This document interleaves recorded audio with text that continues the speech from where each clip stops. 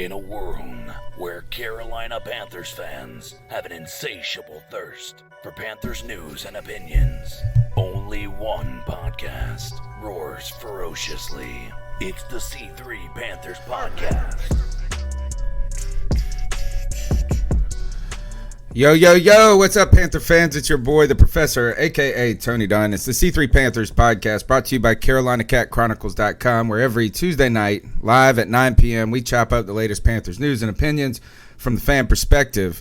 Join the longest-running Panthers podcast by subscribing on YouTube, smashing the thumbs up.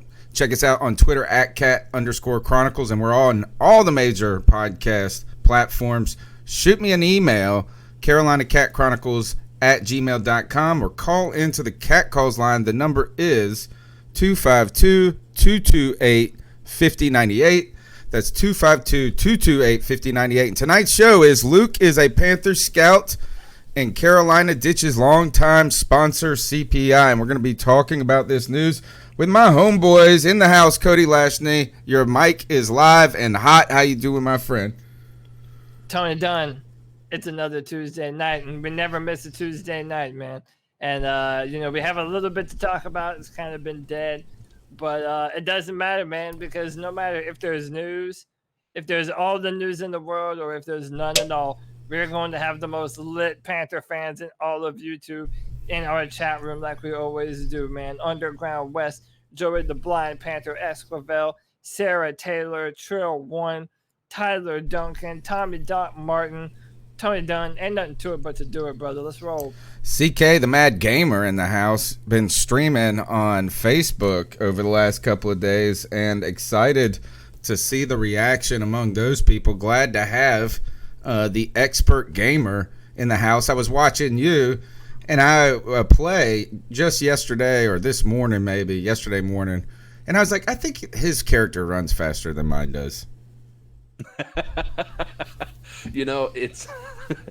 So I think what helps is you can change the field of view on the PC, so it makes it look like he's running faster because you're seeing more go by him. Okay.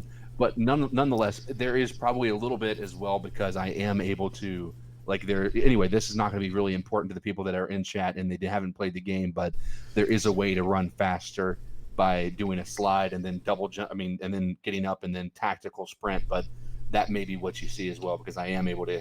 Joe was saying the same thing when he was playing, if you were watching. Do you think you could outrun me in real life, though? Maybe for about 15 yards. 15 yards? Oh, we might need to do this. The C3, we're going to run 40s at this time? Yeah, 40-yard dashes. Let's do it.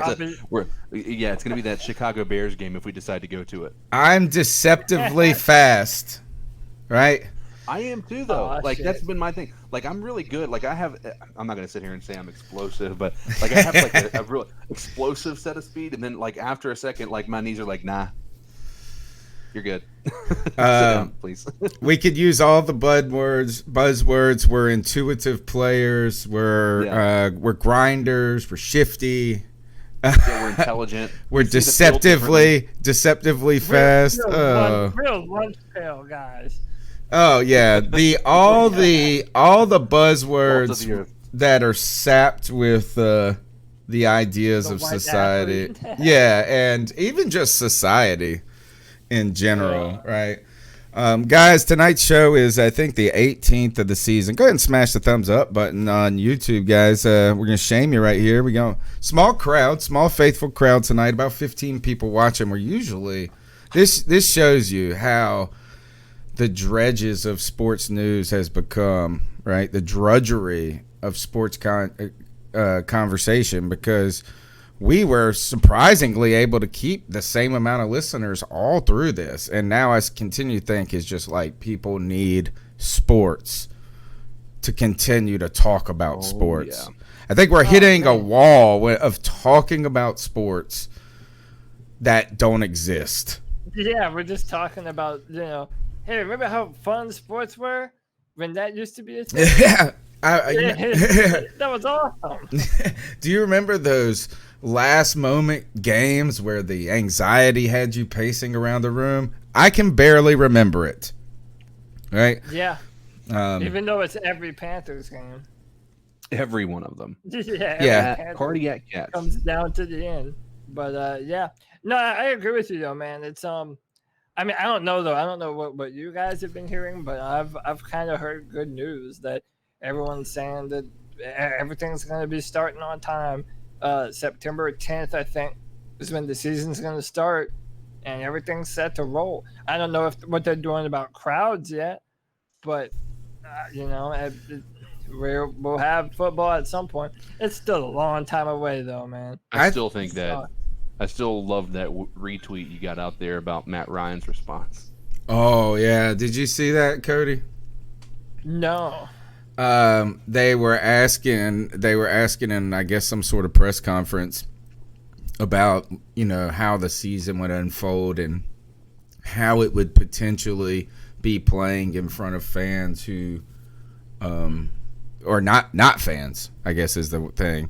And even the idea of, like, in the Korean baseball league, like, they have robot fans and crowd noise pumped in. Cutouts of fans. And I've seen that at their games. They asked him about, the thought of maybe pumping in crowd noise, and he said, "I don't think as an organization we're at a point we can talk about pumping in crowd noise." Good for Matt Ryan there. That's taking the stinger right on the chin and rolling with it. But dude, okay, think about how many times Falcons fans have to go in their chats and see fans of other teams type 28-3. Like, dude, especially if you're a player, like every day of your life, you feel and see that shit. So yeah, he's a veteran at this point, just taking on the chin. Yeah, I thought at one point the getting found out that you pumped artificial crowd noise into your stadium was about one of the most embarrassing things that can happen until that Super Bowl, right? Like, and how they have to live with that. And I could not, I don't relish the human, like, mankind living with kind of cruddiness. Like, I don't usually just like to gloat. But if there's one group of people that I'm not really offended by their misery it's the Falcons fans. That's right. Yeah, fuck Falcons fans. One thing. I've also had some of the worst experiences in my life with fans of football being Falcons fans. I can see that. As football is, we continue to hear. You said there is, like, they're planning to have the season. All things go. It seems like we don't know what it's exactly going to look like. I almost feel like the NFL has just said we're having a football season no matter what. Like, let's not even talk about not having a football season. We will plow forward. But right now we're kind of in a period where we should actually start to be getting some trickles of information about people showing up in the facilities. Whatever it may, the final rookies signing their deals, how potentially meeting with the rookies goes, whatever it is. And right now, even though facilities are open, I have not heard about a lot of teams just actually back to work in a normal capacity. Now, I assume they're doing their Zoom meetings. And do you think there's any limitations on how much they can do that?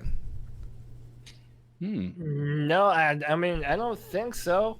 I mean, dude, I was hearing, like, I don't ever hear anything about the Panthers when it comes to shit like this, but the only thing I've heard is that Drew Brees and all the Saints have had millions of meetings, and while he apologizes to everybody for being a dipshit, and then you hear about, like, Baker Mayfield jumping in on other, like, running backs and wide receiver meetings and shit. But I haven't heard any news from the Panthers media about how many times they're doing meetings or how far apart their meetings are spaced or anything like that. I don't know, but I do believe that the facilities were open. At least that's what I was under the impression of, that they could come and start doing workouts and stuff. Maybe I have that twisted, but that's what I thought. Yeah, no, I've heard that they have had the facilities and that the coaches would start coming back, but I haven't heard, you would think that every reporter is looking for anything like spotted Matt Rule at Bank of America. I haven't heard that. No, I haven't heard that either. So the news of the day or the week, this happens. I think it unfolded maybe Thursday or Friday of last week. But Luke Kuechly has found his continued role in the NFL. He expressed that he would not be, while he was retiring and hanging up the cleats, he didn't want to leave the game, and expressed an interest in being a part of that team building process, right? That building an organization in the background, where in so many ways the success of his on-field play really just exhibited how committed he was and meticulous. And you saw him study those clips in the All or Nothing series, and you were just like, man, he kind of has that level of understanding of football. And even if it's not a savant level, it's just you can see him grinding tape. Well, we had wondered if Luke Kuechly would jump into the linebackers room. Matt Rule extended in many ways an olive branch for him to join the staff in some capacity, and some of us speculated about him joining Ron Rivera and the Washington Redskins, and even being alongside of Thomas Davis. But news breaks this past week that Luke Kuechly will be joining the Carolina Panthers scouting staff. And a lot of interesting things here to talk about this. And how is that some sort of vote of confidence for Marty Herney's scout future, in a way, to take a job that does it have a 1-year shelf life? Would be interesting for a new GM to come in and fire Luke Kuechly from the scouting department. But, guys, thoughts on Luke Kuechly joining the Carolina Panthers in this capacity? I think it's an exciting move in a lot of different ways. I'm upset that I didn't call this. I mean, as soon as I read this, I'm like, oh, man, this is a no-brainer, dude. Like, we've all been saying, oh, hey, maybe Luke will be a linebacker coach. And, oh, wouldn't that be awesome if he could come in and be a part of our defense? But if you go back to it and think about the dynamic between him and Thomas Davis, he's always been a quiet guy. Thomas Davis was always the guy that would motivate you and really get after you and make you be better on the field. And it's not that Luke didn't do that, but Luke is a studier, man. I mean, he's an X's and O's kind of guy. And when you're evaluating talent and looking at film and processing what players do well, what they don't need to do, what they need to work on, Luke Kuechly has to be an invaluable asset in doing something like that.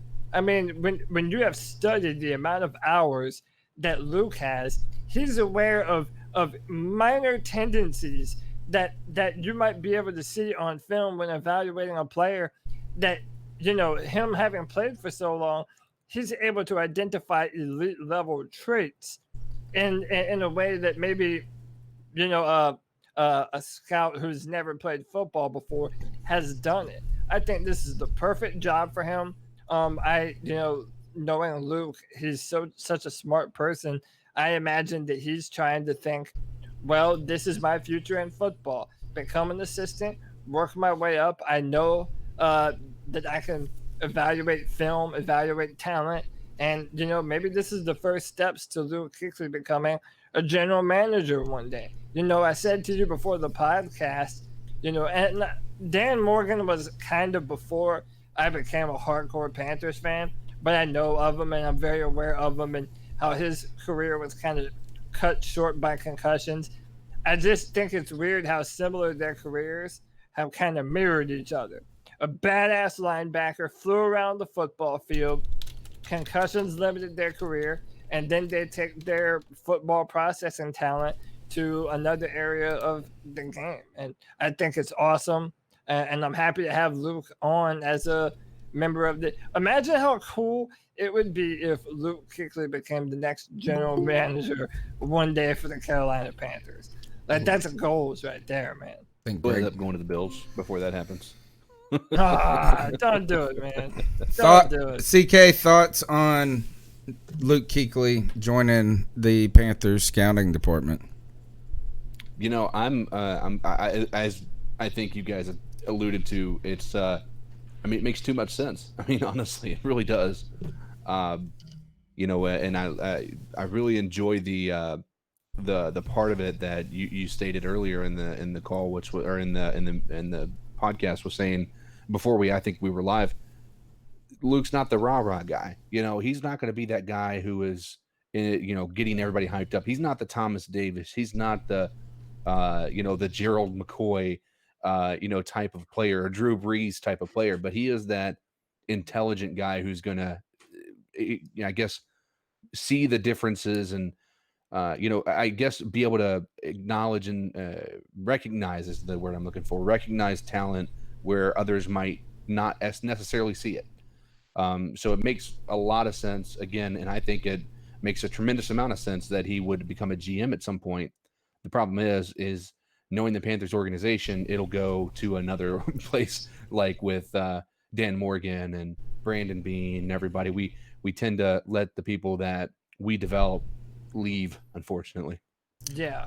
We got Greg, the Bat Daddy 52 in the house. Greg, welcome to the show. Thoughts on Luke Kuechly joining the Panthers scouting department?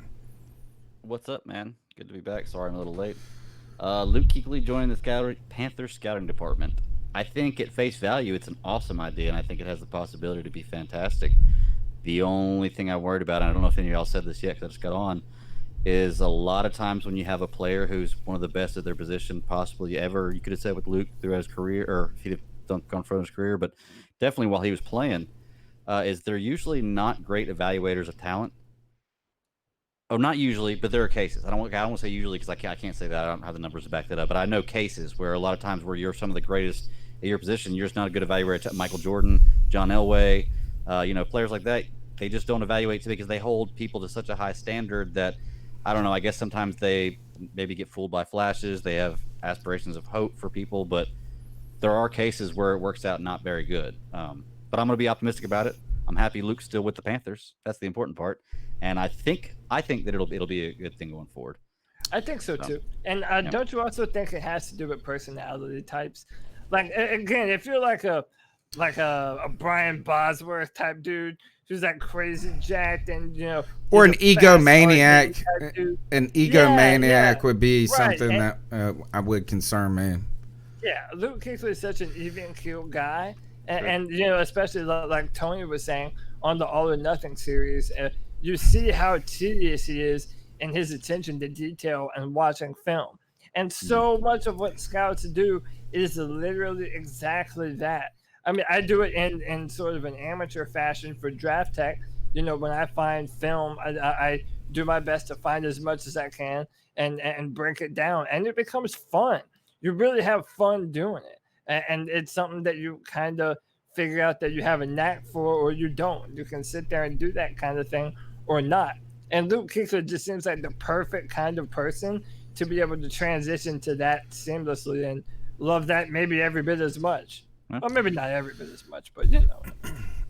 I think the potential is definitely there. Go into the chat room, Chef Jeff Home Mycology. You can check out his YouTube channel and learn things about mushrooms. All right. Yeah. All different types of mushrooms. He says we need to bring Morgan back as our GM. Sarah Taylor says Luke is a student of the game. Yes. And, I like the kind of parallels between Luke Kuechly and Dan Morgan. You know, you said you alluded to a few of them. Getting into the scouting department seems to be focused first on personnel, obviously, right? What I like about this, I'm really intrigued by this move or excited about it. I think it tells us that Luke Kuechly wants to be in the NFL for like the next 40 years in some capacity. And instead of jumping and leapfrogging to the top or middle of the pack, right? Middle of the pack, maybe getting a coach's job quickly, then moving up quickly into something more and like D coordinator in a couple of years and maybe trying to do head coach, is that it seems like he wants to learn a little bit about building teams. And you could see that he's gonna make his bones a little bit, almost like a Gettleman type thing. You know, Gettleman's a scout for years that then inches his way up the ladder. And I think that maybe tells us something about Luke Kuechly's personality, is he doesn't want the silver spoon handed to him. Right? You know, I mean, he could easily just jump in the coach's room. Maybe he doesn't want to coach. Maybe he wants to be more of the Dan Morgan role, you know, in getting into a front office capacity. I don't know if he wants to be the man in that case, or if he wants to just broaden his experience both on coaching and player development. Right? So we don't know. But I think that him kind of taking the ground level job is a good way for him to, he's going to make his bones the right way, which could, you know, maybe increase the odds of his success rather than being a guy who kind of rides the wave of his name, finds some early success, leapfrogs to a D coordinator, and all of a sudden he's a head coach before he's ready to be one. Right? Yeah, and that 100%. And I also, you know, I don't think it's like I said before, man. Think of what kind of person you have to be to like sit up in front of a room of 50-something dudes and be the team leader. You know, it's one thing to be a player and having to be accountable for your own position and what you do. But, you know, being a head coach, like you're talking about, you have to have a certain set of traits and skills in order to do that job. And it doesn't seem to me to be something that Luke Kuechly's personality type is suited for. I'm not saying that every coach has to be a brash, rah-rah, in-your-face guy. I'm not saying that at all. But just knowing how much Luke puts an attention to detail, and you're right, he doesn't want to cut corners. I mean, he wants to be the best at everything he does, and he wants to prove himself. And that's what he's done his entire career in football. And that's why I think he loves football so much, because you get what you earn. And if he's able to get to a point where he's such a good talent evaluator that, you know, teams are begging him to become a general manager, that seems perfect to me. Because, yeah, you might have to do a few interviews from time to time, but for the most part, your job is to build a successful football team.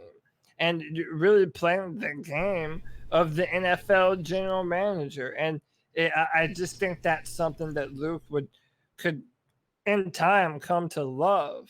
You know, I mean, you look at John Lynch, who's now the general manager of the 49ers, and I can say that in the past 2 or 3 years, he's probably been one of, if not the best general managers of recent history. He's done a fantastic job. I could easily see that being in Luke's future. Okay. Maybe he'll be the Carolina Panthers GM in a few years. I would love it, man. Imagine if we got to go from Marty Herney to Luke. Well, let me ask you, what's the youngest GM in the league? Like, when you say a few years, do you mean like even 10 years? He'll be what, like early 40s in his 10 years? Oh, that's a good question. Who is the youngest 38. GM?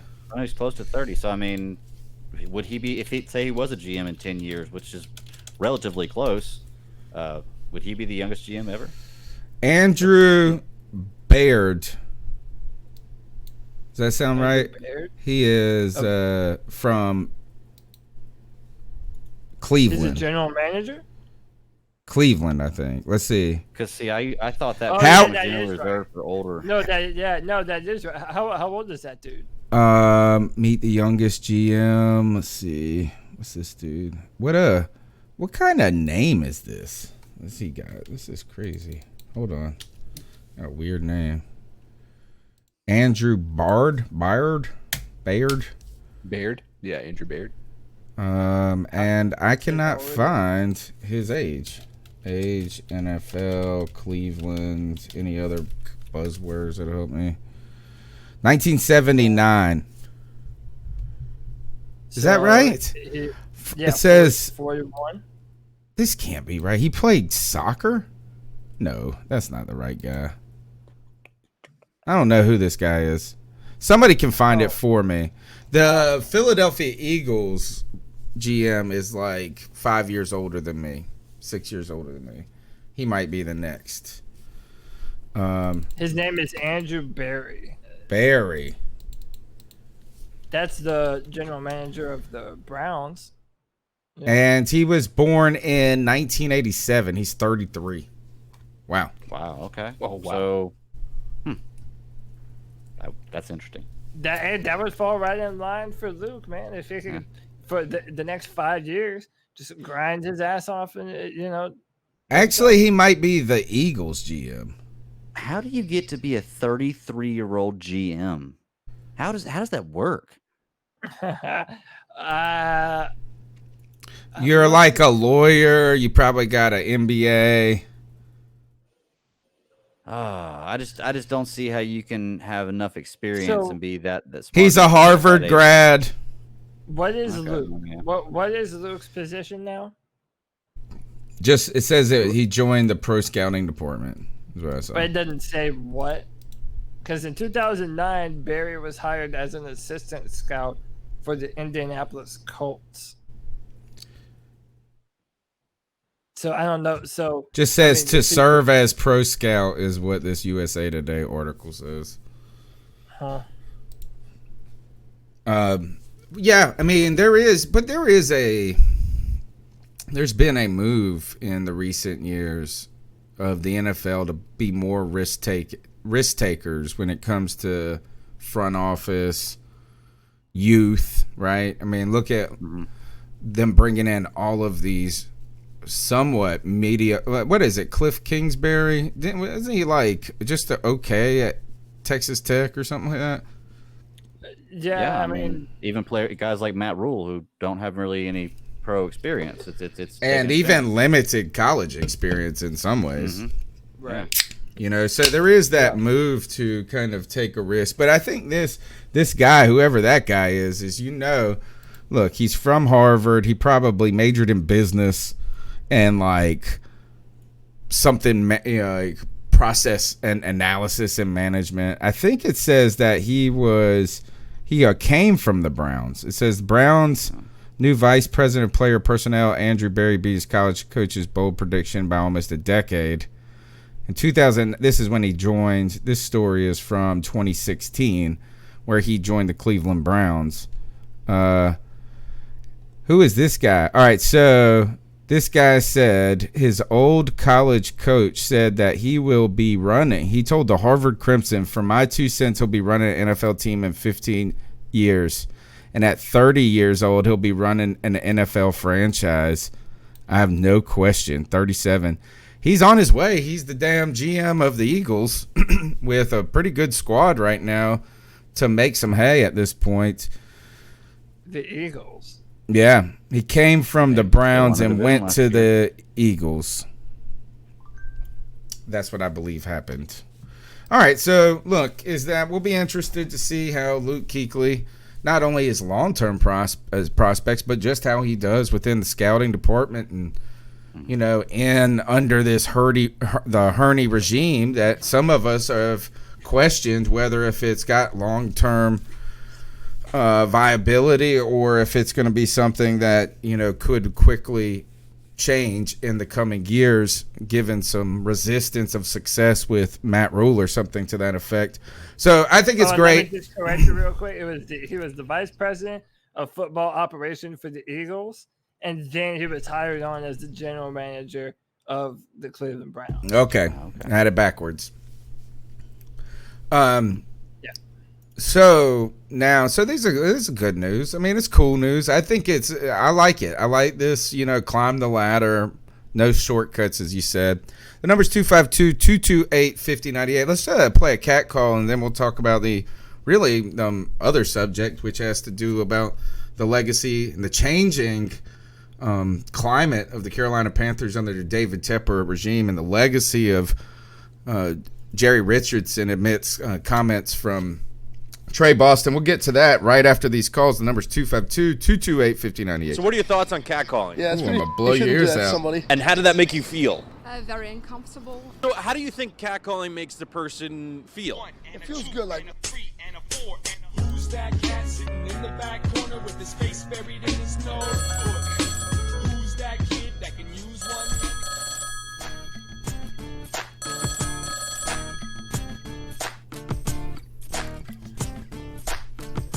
Hey guys, Joey the Blind Panther.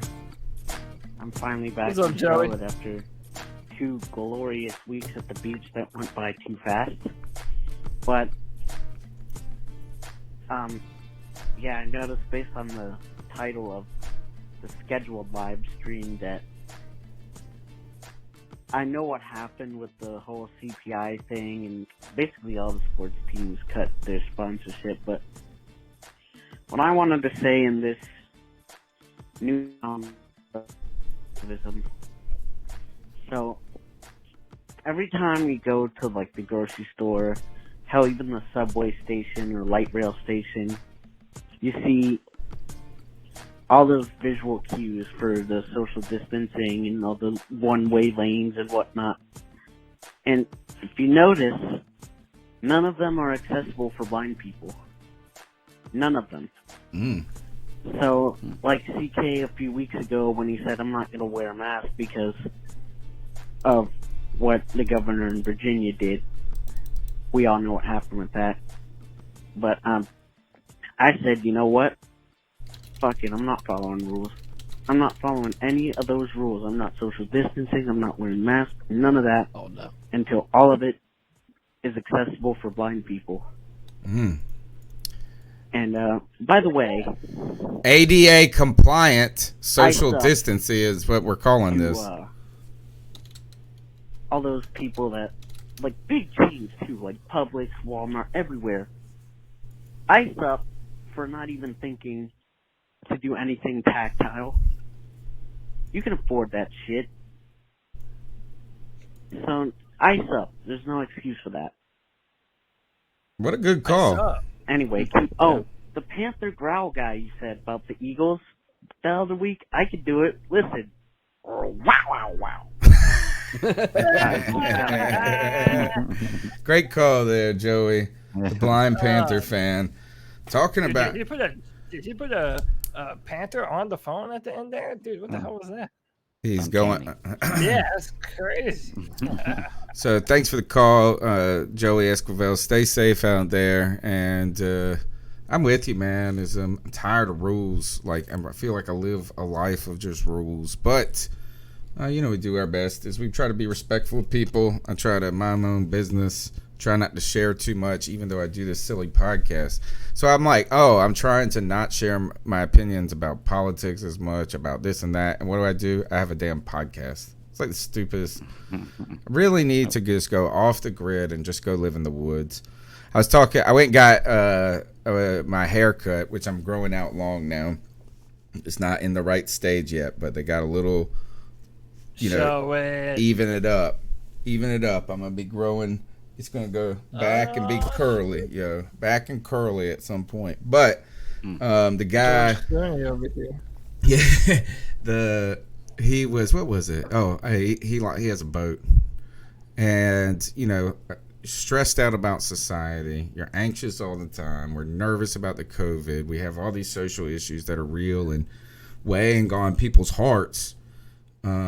Period, is that it might not weigh on everybody's the same, but at the same time is like the society, it's like an anxiety. I feel like I told him, I was like, I just want to go buy a boat and drop anchor in the middle of the sound, and my social distancing will just be waving to people way on another boat. Like that's what I need in my life right now a little bit. But even though I say that, more important than podcasting right now. Oh, gosh, no. Podcast, that's what everybody's doing. That's what everybody's listening to. If you're not doing a podcast, you're probably not American. Well, we're practicing social distancing right now. We're hanging out. We've been ahead of the curve on this. We've been ahead. We've been doing this. And why I say that on one hand, one place I always feel great and I do relax the most is hanging out with you homeboys. Even if we talk about heavy stuff, like me sitting here on the computer, hanging out with my friends, talking with people in the chat room, is therapeutic for me. Now, the long-term prospects of what the Panthers are going to go through might not become therapeutic, but drive us into therapy at some point. The times are changing. The times are changing in Carolina, and let's segue from Joey Esquivel's call to, he's talking about, he mentioned that the Panthers have cut ties with CPI Security, a name we all know well from very good Luke Kuechly commercials, right? Is that they were good. It almost was getting to the point, though, that it was so much CPI Security commercials during the games that I was getting so worn out on them. So the Panthers cut ties, but not with CPI Security because we're tired of their insecurity. But because of their insecurity, the Carolina Panthers have terminated, according to ESPN.com, their partnership with Charlotte-based CPI Security. The team announced Saturday night in the wake of comments by the company's founder and CEO downplaying police brutality against people of color. King Gill's comments came in a response to an open letter sent by Jorge Malares, the executive director of local community group Queen City Unity, to city leaders calling for police reform. So somebody out there, this Jorge Malares, who's head of this local community group, is doing what you're supposed to do at this moment, right? If you're a local community group and your whole local community is concerned about the relationship between police and people, and specifically police and minorities in America. And the guy responds back to this homie, and he says, "Please spend your time in a more productive way. I challenge your statistics." And then he went on to say, a better use of time would be to focus on the black-on-black crime and senseless killing of our young men by other young men.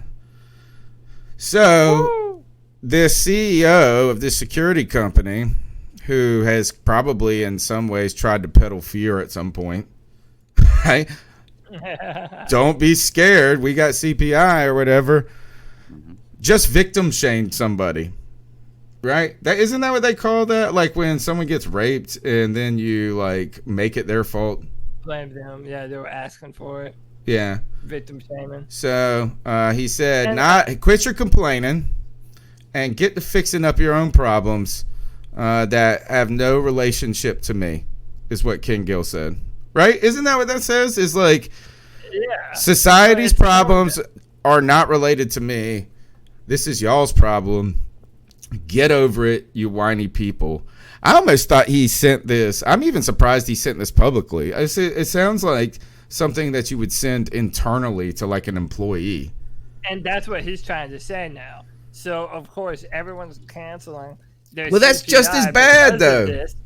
Yeah, I know. So, he's sending out all these apologies. And, oh, it was rushed, and it's not really what I meant. All this horseshit to try and, save face. But, look, it's a lot of the people that are trying to put devil's advocate are saying, oh, well, what? Does he not have free speech? It's the same thing like when Drew Brees came out and said his shit. Oh, but does he not have free speech? Does he not have the right to say that? And as an American, you have the right to say whatever the hell you want. Oh, he did. Right to take the backlash. But you don't have the right to be immune from whatever consequences your words have. So whether or not you believe any of that shit or not, it's like, dude, you picked a moment in time where every single country, every single state and city has some form of a protest going on, and you not only did you say the wrong thing, but you spouted the exact talking point that is like that goes against the movement that's happening right now. So it's like, dude, I don't feel bad, man. It's like your words carry repercussions, and I kind of think that people are just showing themselves. Like, don't believe someone when they tell you who they are. Believe someone when they show you who they are. So, and I think that right now, a lot of people are showing you who they are. That's what I think. It sounds like a Facebook comment. You know, it sounds like something that's like you see like someone's activist group, right? Yeah. The other thing I think that this kind of, and we're going to, Trill One says, did y'all see the Sports Illustrated article that said Jerry Richardson restricted players from protesting? We're going to dovetail right into that next, because it's just related, to the fabric of things. And here's the problem is that it's comments like these, and look, there's plenty of comments on the other side of the political spectrum that do the same thing. So it's not in one person doing this. But what these things do is they tend to polarize the conversation and polarize people's perspectives. So instead of, helping to find common ground, they're pushing us farther apart.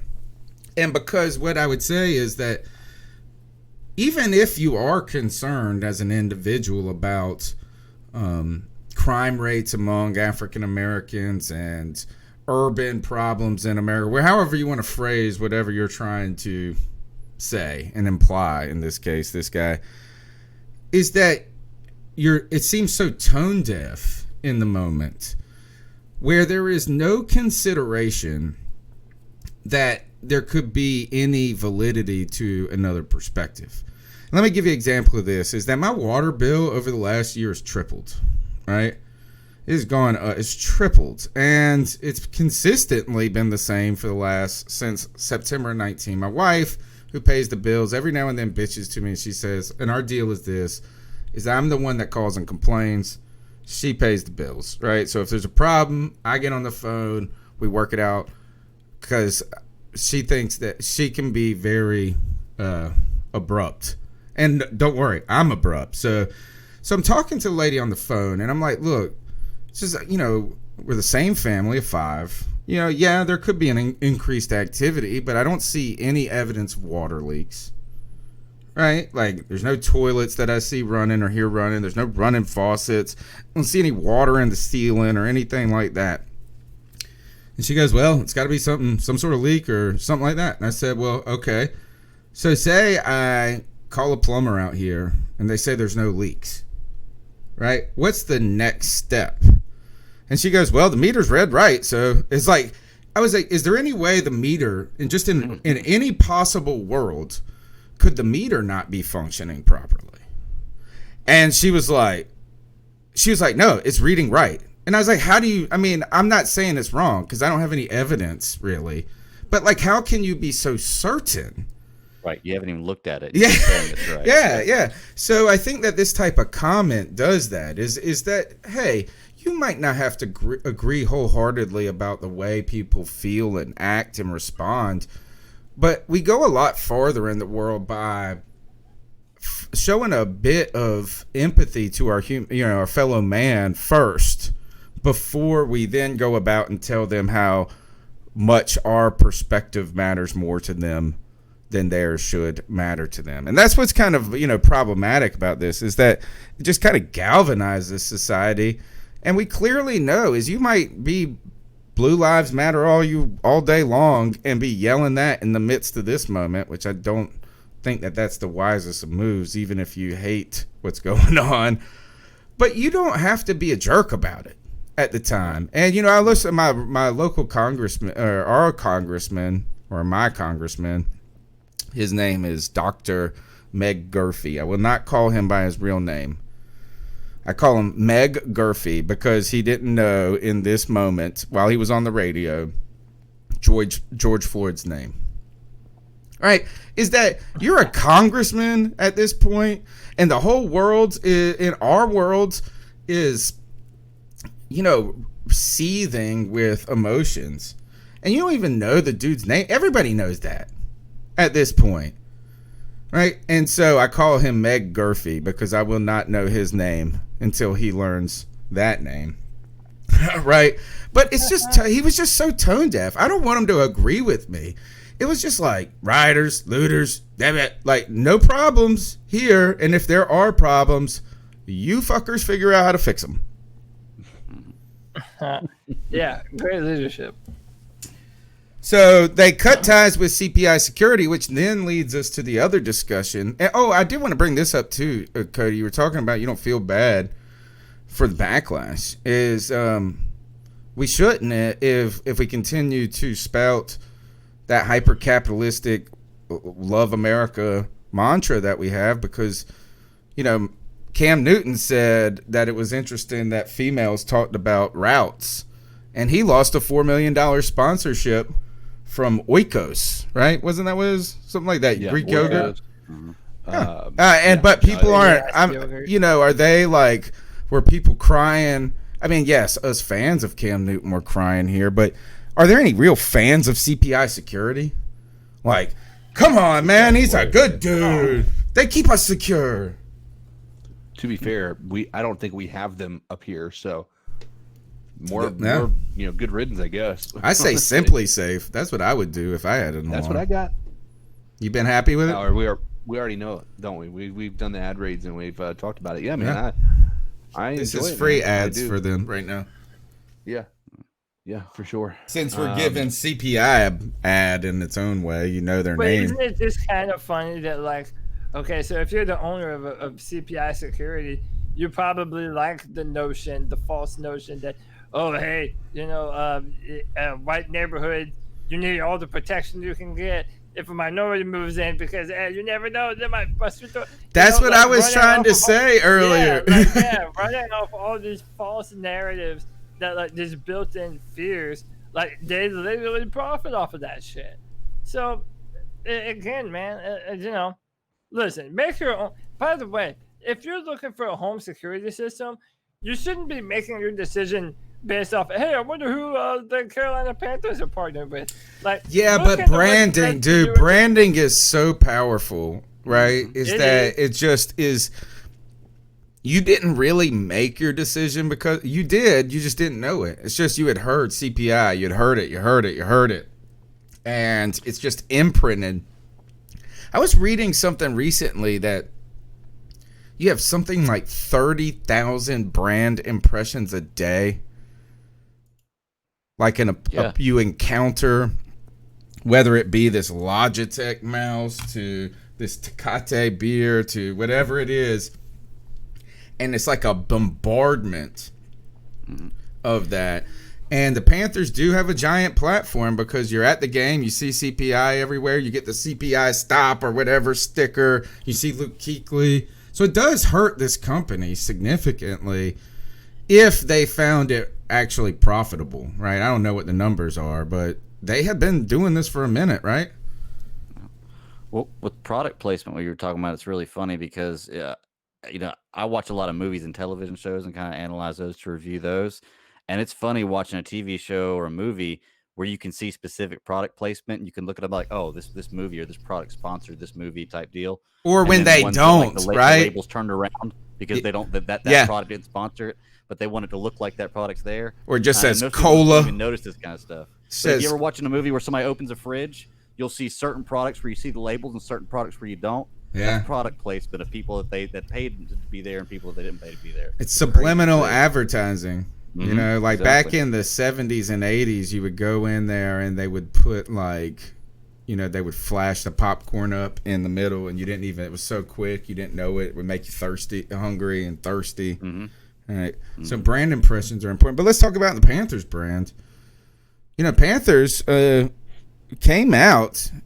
I think this shows you kind of an awareness among David Tepper, speaking of tone deafness, among Jerry Richardson, right?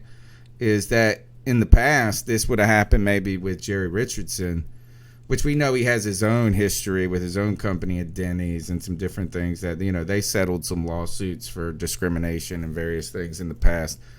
He didn't go out on the most cleanest of notes either. But, I think Jerry Richardson would have tried to see if this blew over. Instead, the Panthers immediately cut ties with CPI Security and then followed the Charlotte Hornets, the Charlotte Knights, every team associated with CPI dropped their sponsorship. And that shows you how important this was to their business model. What do you think this reflects, Cody, about the changing temperament. And go ahead and introduce the Trey Boston story while you're at it. Yeah, so Trey Boston did an interview with Ian Rappaport on Ian Rappaport's podcast, and he said, and listen, we all knew this, like he's just confirming what we've known all along. But Jerry Richardson in 2016, when all the protest hullabaloo was just starting with Colin Kaepernick, Jerry Richardson told all the players not to kneel. You're not allowed to protest. You're not allowed to go protest. Which, by the way, I wonder is like what that would even mean. Like, what if someone like what would you do if your starting free safety said, "Nah, fuck you, I'm gonna do it"? Like, what are you benching him? Like, there's so much shit that I don't understand here with Jerry Richardson even saying that, but. It basically, and then I'll let everybody else give their opinions. It's basically just confirming what everyone else has already pretty much known, that Jerry Richardson was very much against, any of these, any of the movement going on today, you'll just say, and was very stifling to the players. And he didn't want players to have their opinions known, walk the line, you're paid to play football, and that's it, and shut up. And in today's world, you can't have that. Now, Trey did go on to say that it was night and day different from the old regime to the new regime. So regardless of whatever you think about Tepper and the short sample size that we have of him, he is at least letting these players speak their minds and fight for the things that they believe in. And you saw this when Eric Reed was a Panther. When David Tepper brought him in, he kneeled on the sideline, and David Tepper was like, oh, well, it's not a big deal. They went to the courthouse. So I am glad that, they still have to prove a lot on the football side, but from a right side and, being on the right side of history, it does seem like the new Panthers organization is much better than what we were working with. Well, my question is, and I'm not defending Jerry Richardson by any means, but I do always try to look at everything from all kinds of different points of views because you get a better, perspective with that. When he says no protesting, because I'm totally for people protesting. It's like I said, I joined the army for people to have the right to do that kind of stuff because I believe in freedom of speech and everything. But when he says no protesting, does he mean on the job or just in general in real life? Because in general, like for your whole life, that's something you shouldn't do. But on the job, I don't see anything wrong with that. That's your place of work. Tony, can you protest on your job? Like while you're at work?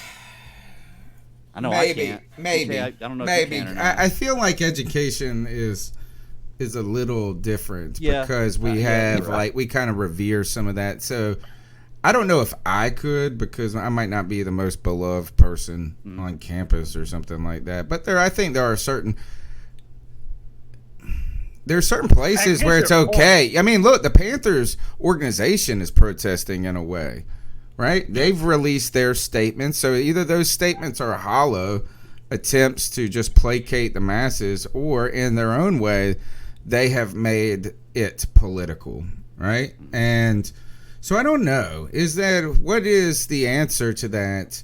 Is taking a knee really protesting? That was going to be my next point. Is I don't think taking a knee is really protesting. I mean, I just don't feel like it is. It's symbolic, right? Yeah. It's a symbolic gesture. Exactly, yeah. It's not Here's the part. Well, it is a... Well, go ahead, CK. I was going to say, I mean, I think it's doing exactly what it's intended to do, right? Yeah. It's worked significantly well, very well. It's gotten a lot of people to talk about it, right? Whether they agree or disagree with it, it has been the forefront of a discussion. And that's where we talk about where peaceful protest and again, you can have your, I'm trying to think of the right way to put it. I don't have ill will against anybody who has either opinion, whether you don't like the idea, because here's the thing about it is we live in a nation of offended people, right? And that's really what we live in. And why that's important is because if something offends somebody, then they're offended. That doesn't change. You can't change their emotion because they're offended by something. Yeah. Right? You can't. It's just not possible. It's like when I feel like I didn't do anything wrong, but my wife does. Well, just because I don't feel like I did something, I did anything wrong, she still feels like I did. So to her, it's still a valid point. So I don't have any ill will against either side because I can see where nothing. Well, that was one of the most effective peaceful protests in the history, right? Because everyone was. It's visual, it's high profile, it's symbolic, and I think the question is tough to answer, Greg, that you pose. I think that the question of being in a private corporation, an employee, there can be restrictions that seem reasonable for employers to put on employees.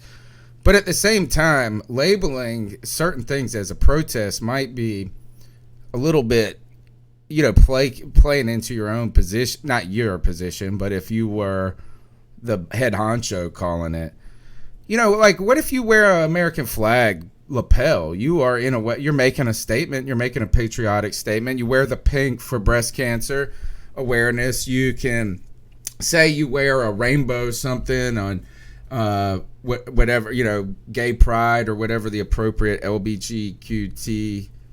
I think even a tattoo could be a permanent.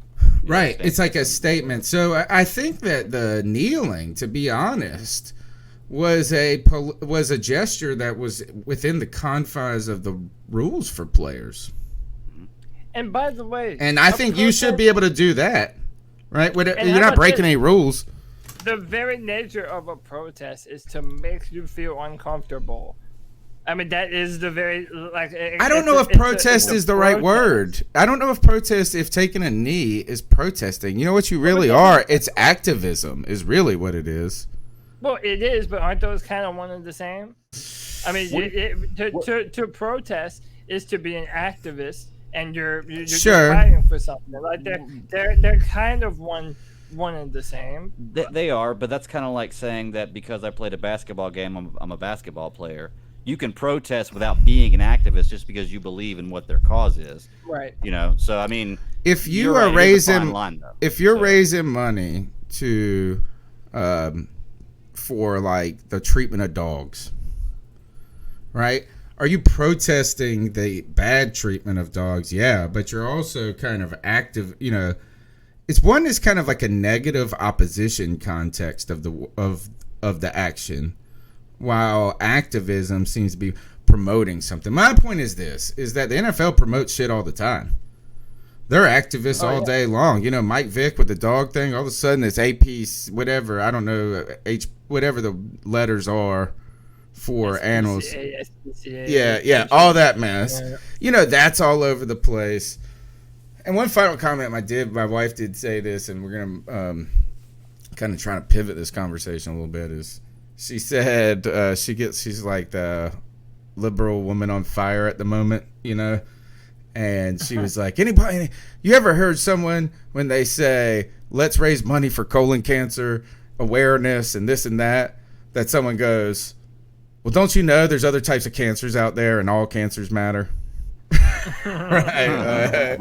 So it's like the answer is don't be a dick in life. All right. That is the answer. So, Boston says, he says that he feels more comfortable in his own skin. Somebody put a good comment in the chat room. Tommy Doc Martin said, on a football note, Boston has the opportunity to finally be the star of the defensive backfield.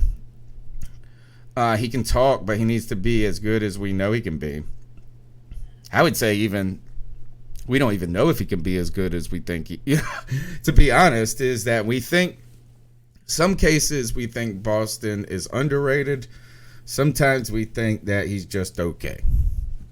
Yeah. I think we need him badly, though. The big knocks on Boston has been his unwillingness to tackle.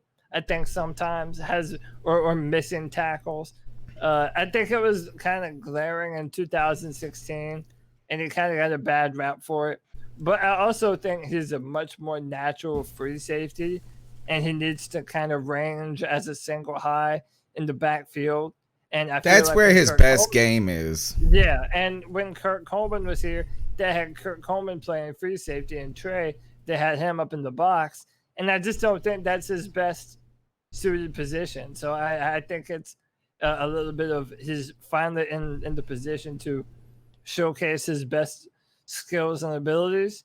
And yeah, I mean, he's a veteran now. I mean, Now after this exodus of players on the Panthers, I mean, who has more time on this Carolina team than Trey Boston? What, maybe K'Wan Short? We needed him. We need him. He's been a, you need some people who are vocal in the locker room, right? They need to offer some cover for the guys that don't want to be vocal, right? So you need some guys that are gonna step up to the mic.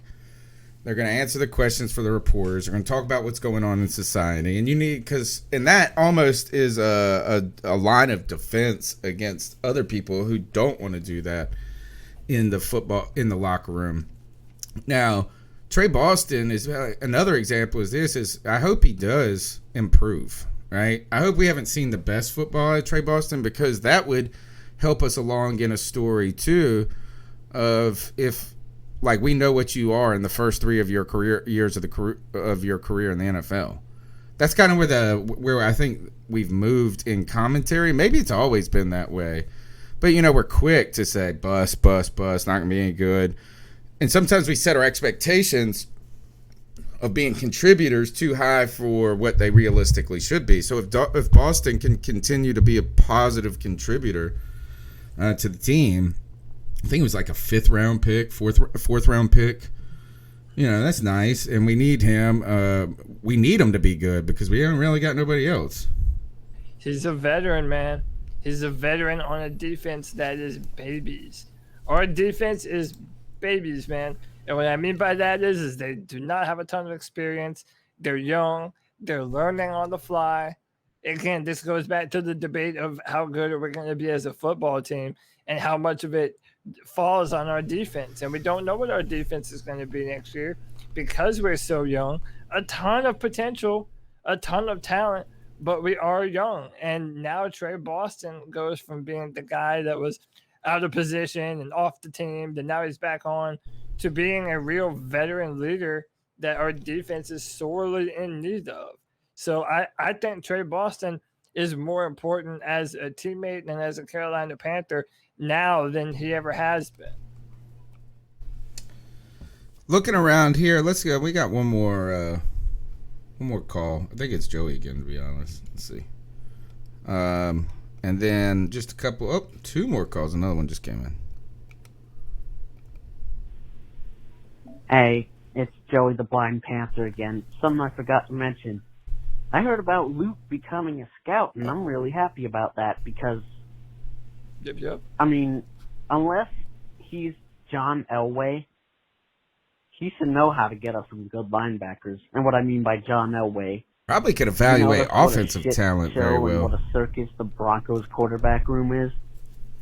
Kind of ironic when the person in charge of the GM used to be a Broncos quarterback and he can't find a Broncos quarterback. So that's kind of funny. But anyway, hit you with that Panther growl one more time. Wow. You got that nice little growl, that pre-growl going too. At the beginning, yeah. Gives me goosebumps every time, Joey. I wouldn't be surprised if Luke Kuechly is a particularly good evaluator of offensive talent. Oh yeah, that's what I think, honestly. Because yes, he's getting the defense ready, but his film study is of the offense. Like, that's what he's reading, and I think he's going to be able to recognize that. I agree. I think that's an actual very astute observation. Yeah. All right. Next call. What's up, C3 fam? Chef Jeff here. What's Love the news about Luke Kuechly coming to Pro Scout. Definitely glad he came here and didn't go to Washington. I knew he was going to be a coach. I was hoping it would definitely be here. So that's great to hear. Not really much other news going on, really, except for all the craziness, obviously. Let's see. Oh, ice up pick. Let me go ahead and do an ice up pick since I got it on my mind. Okay. Can we ice up the Joe Rogan podcast for taking that $100 million deal from Spotify? Oh. If there any of you out there listen to the podcast, and Cody, I know you know this, it's not going to be the same. For years, Joe talked about how he would never sell out because it wouldn't be the same, and blah blah blah blah blah. And I just ice up, Joe. Hey, listen. Ice up. Statements go out the window when What somebody else? throws $100 million at right. you. Something totally off topic again, but I'll make it quick. Black Lives Matter. To me, and I got this metaphor from somebody named Adam Campbell on Facebook, so I cannot take credit for it, but it is an amazing metaphor. Let's say a bunch of people are sitting down at the table eating, or sitting down at the table waiting to eat. They're all starving. They all worked for a long day and all that good shit. Everybody gets a plate except for Chris. Chris stands up and says, Chris deserves to eat. Everybody else stands up and retorts at him, everyone deserves to eat. Now, although the statement, everyone deserves to eat, is true, it still does nothing to address the fact that Chris has no food. Thanks, guys. Hopefully that'll get some people to wrap their minds around what the movement is actually about. I'll be listening. Keep pounding. Nice Great perspective. call, man. Great call by Chef Jeff. His ice up pick again was, help me out. Joe Rogan. Interesting conversation. Yeah, go ahead and respond to it. Yeah, but this is my opinion. This is my retort to Chef Jeff. I think a lot of it too, it goes into YouTube censorship, because Joe says numerous times on his podcast how many times they will get demonetized or have their content taken down or censored or suppressed. I mean, YouTube, if you're one of the bigger, if you ever hear any of the bigger YouTubers talk about it, they really talk about all the shit that they have to go through when it comes to censorship at YouTube and YouTube messing up their money.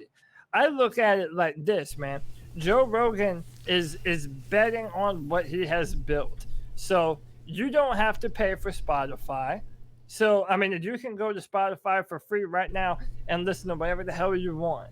And you can decide to pay if the advertisements get on your nerves enough. But now you have Spotify saying, hey, we're going to invest money in podcasting where you don't have to worry about the censorship. You don't have to worry about all this other bullshit. And you have free reign to do whatever you want to do. I mean, they have absolutely zero creative control over Joe Rogan's podcast now. So I think it's genius. I think it's a power move. Is there going to be a drop off of people that are used to listening to him on YouTube that might not follow him to Spotify? Yes, but it's the risk that you run, and he got paid $100 million to take that risk. So in my mind, it's a win-win for him. It's not going to, if there's a quality drop off, then I think there's a reason to talk about it. But in my mind, it's Joe Rogan getting paid, capitalizing on being the most successful podcast in the world. And, now he gets to give a big middle finger to YouTube. So I'm in favor of it. I'm down for it. Yeah, I don't know. I don't listen to Joe Rogan. I've heard him a couple of times, right? I know he has a giant following. He's probably got the largest podcast, one of the largest podcasts out there, if not the largest, right? Yeah, it's the largest podcast. It's the largest, even bigger than. I mean, I know because he's so regular. I wonder how they match up against like something like Serial, right? Because Serial was like the #1 podcast, but they only do a season every 2 years. It feels like from NPR. Yeah. It feels like Joe is always in the news. So a couple of things for your comments about all the problems with YouTubers going is I actually thought that Joe Rogan could be bigger than that. Is he really didn't need to monetize through YouTube? He could have just directly sold advertisements and sponsorships that would have gone cross-platform. So I wouldn't have, if I was him, I would have wondered if I just went on used YouTube as a means of accessing people, just not taking advantage of their advertising platform. Yeah. Well, and so the last thing too, Spotify is building a video, like they're going to upload all the video podcasts to Spotify as well. Like Spotify is making a push to not just be associated with music, but to be a podcasting platform. Oh, and it's been in the mix. It's not something new from them. Is that this is going back to February 7th of 2019. Right. podcasts, I'm into podcasts. We have one. I've always listened to them. I like to listen to talk. As I get older, I listen to more talk radio than I listen to music and things like that. I like storytelling. I'm a historian, obviously. I'm intrigued by all types of different things. But so one of my favorites, or one of the best podcasting companies, was Gimlet Media.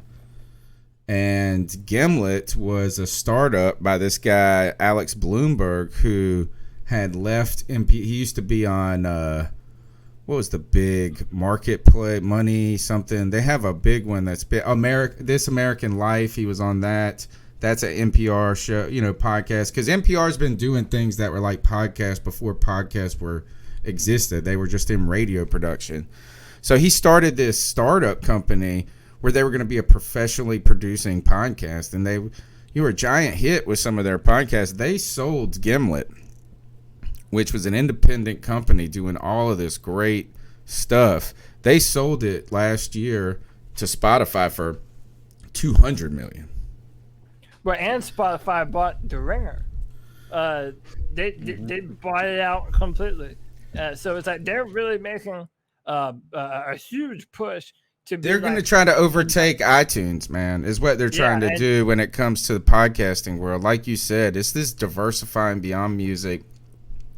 And I want to liken the Joe Rogan acquisition, potentially to Howard Stern's acquisition in Sirius Radio, because you bring a name that brings a follow, like a cultish like following to you, and on top of that, they're into the things you're trying to do as a company, right? So the people who listen to that are into podcasting. They're into the types of things you're selling. So you're all of a sudden going to bring like 1 million people onto that pod, and then that's they think is going to spawn more growth that they can springboard from. And it's the easiest thing in the world too. Like I have Spotify on my phone, on my computer. I don't use it. I use Amazon Music. And that's another thing. Like think of how many people are fans of the Joe Rogan podcast that maybe they don't have Spotify. Yeah, but like if I want to listen to it, that's where I'm going. It's a free download. And so the last thing on the YouTube bit, like if you ever watch a Joe Rogan's podcast, so much of it is, hey Jamie, pull up this, and this, and they'll bring up a video or a sound bite or a clip, and they can't even show it on YouTube or on the feed because they could get taken down and have all kinds of copyright shit. So in my mind, that's removing all of that. I could see that by going to Spotify. And Joe Rogan's betting on himself. I have this crazy fan base of listeners. All I have to do is get them to download an app that more than half of them probably already have. And it's for free. I think it's a baller move. Jeff says he doesn't believe that Spotify would invest $100 million in something they can't have input on. And even though I see that, I kind of think that Joe Rogan's the type of old crotchety motherfucker that's just going to stand by his guns, and he's just not going to let someone else. And you would, in some ways, though, you would lose the very thing that makes him valuable by doing that. That's what Howard Stern went to, whatever it's called, satellite radio, and he received more freedom. Yeah, a lot more freedom, I think. They used to have Opie and Anthony. What was the other? Opie and Anthony was the radio show back. They're the guys that got fired all over the place when they were on the radio. So podcasting doesn't have the same rules that some other platforms do, particularly like radio. So I'll be interested to see how it goes. I don't even know if I'm interested in Joe Rogan's podcast as much as, like you're saying, what this is really the power play by Spotify to, is that they thought maybe that they recognized that the music industry was not the way people are streaming music and different things. There's different ways that people aren't going to pay for Spotify, Amazon, all of this. So you got to find some way to monetize Spotify without making it subscription based only is where your revenue comes in. And this is going that way. They're becoming a media entity. And to be honest, who really has missed the ball on this, who's had the dominant infrastructure, is iTunes. Well, and they've kind of just been the default player, right? Yeah, Because that's I mean, how everybody uses goes to iTunes. Like, they were the first ones that made it easy, I guess, to put your podcast up, right? But Yeah. like, I don't own an Apple product, so like, I couldn't, I didn't access my podcast. But so many, they were a dominant powerhouse, and much like I've been icing up like Google and Skype and stuff like that, is that you can see Spotify is trying to figure out their future. And it's in this podcasting platform is a big part of that media delivery.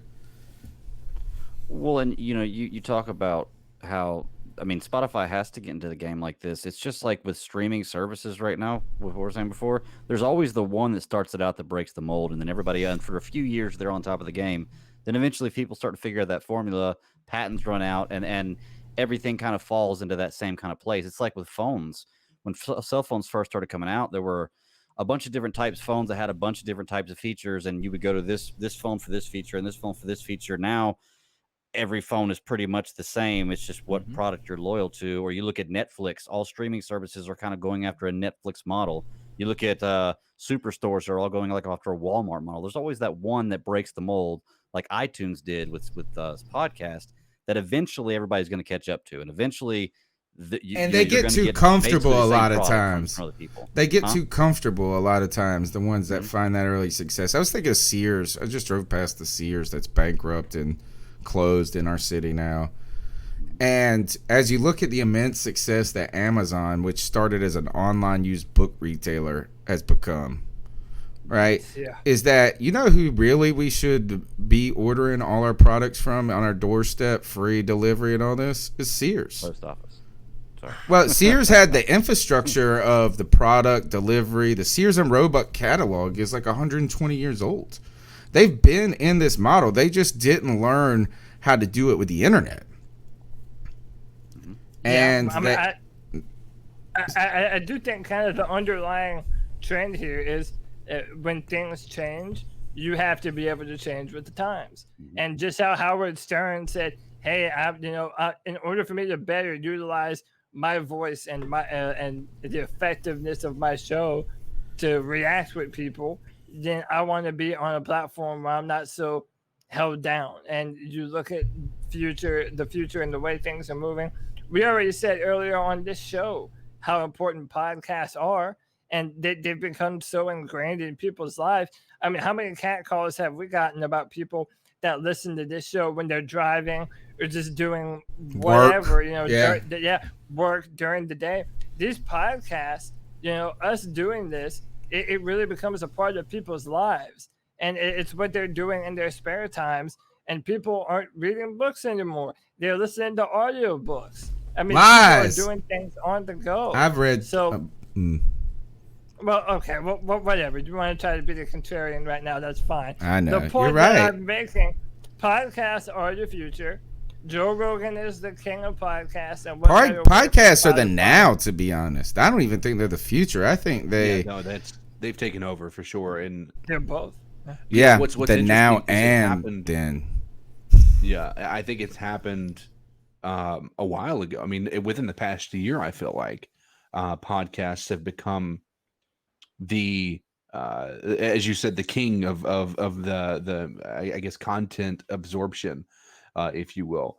And I think the quarantine has added to that. But I think a lot of people are really wanting the video component currently, and that's where I think that the YouTube aspect of things really helps. If it's just an audio, there's not a lot of people just sitting down on their couch with a TV in front of them watching, or listening to just an audio. Sometimes I find that freeing though, so I can actually do other shit. Yeah, no, and I agree. Like if I'm mowing, absolutely, like that's fine. But people aren't driving as much. That's when I would listen to my podcast more than anything, was when I was driving. And I think we're starting to get back to where people are driving. But yeah, that was one of the things that. And like Cody said, they're gonna probably expand the video, right? They're recognizing too, and really, what you should just do is duplicate all that content, just like we do. We're doing the video, we have the audio. Yep. You have all of those different forms and flavors. Yeah, podcasts are, I think the binge listening experience, the niche experience, and the binge experience are something that's very important to today's media, or whatever the right term for delivering entertainment is. So, for instance, this is that, like, what do we love the most is that crushing the season of Ozark in, one day or some mess like that. We like that feeling. And then I think the other thing we like is to just listen to things that we're hyper interested in as an individual. And, that's kind of contrary to the model of the 80s and the 90s. I heard someone say this, I heard Kevin Spacey give a talk on why House of Cards was so successful. And had the writers were secured an entire season without having to try pilots. They were talking about the limitations of what pilots do.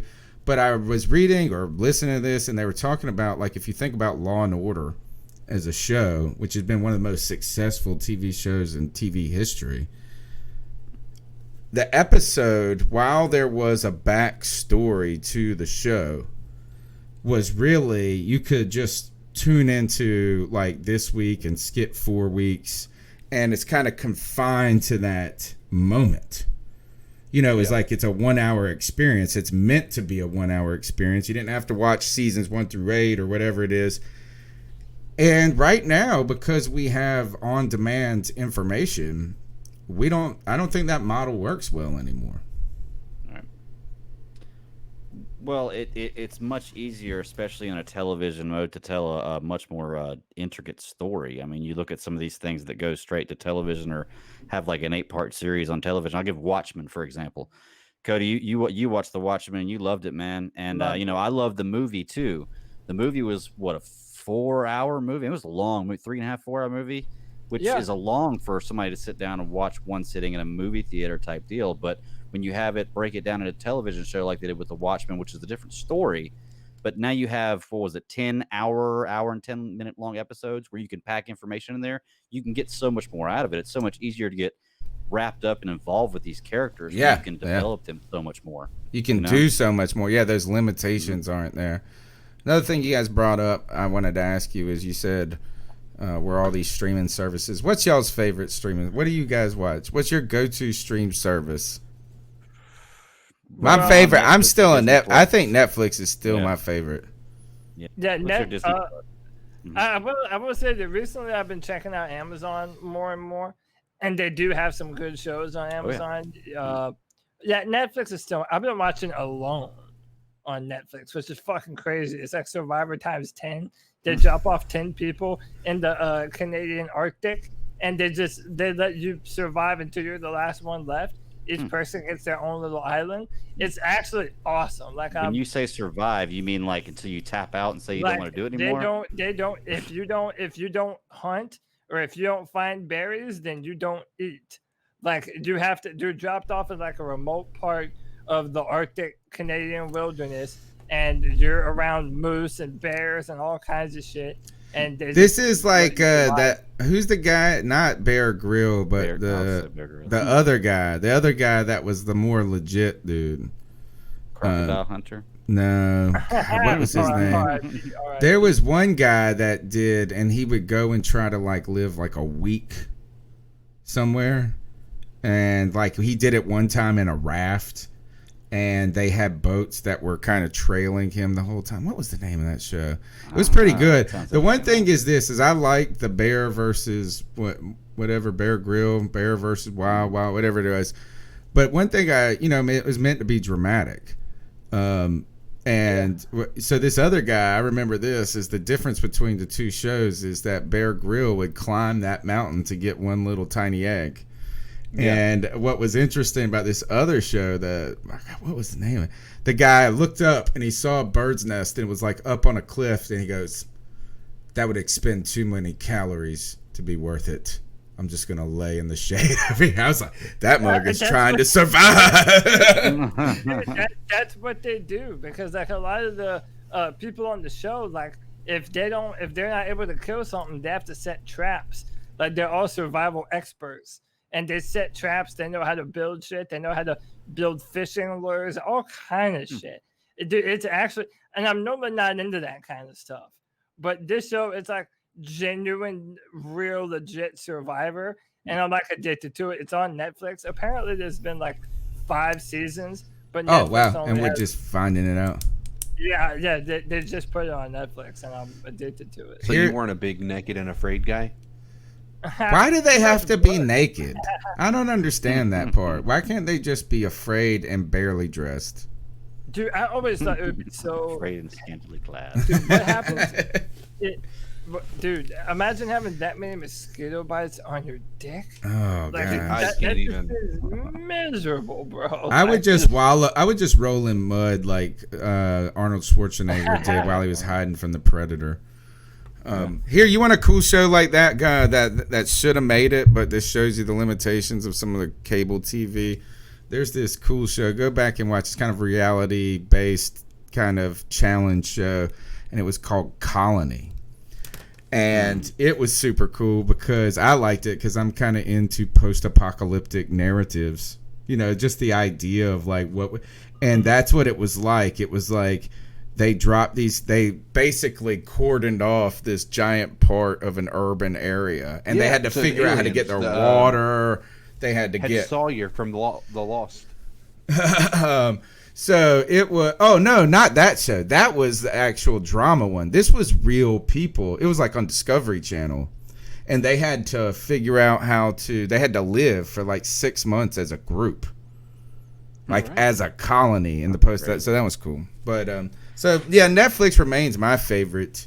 But I just like this is that I know that my wife hates Netflix because she feels like you get in the debt. You lose your soul looking for something to watch.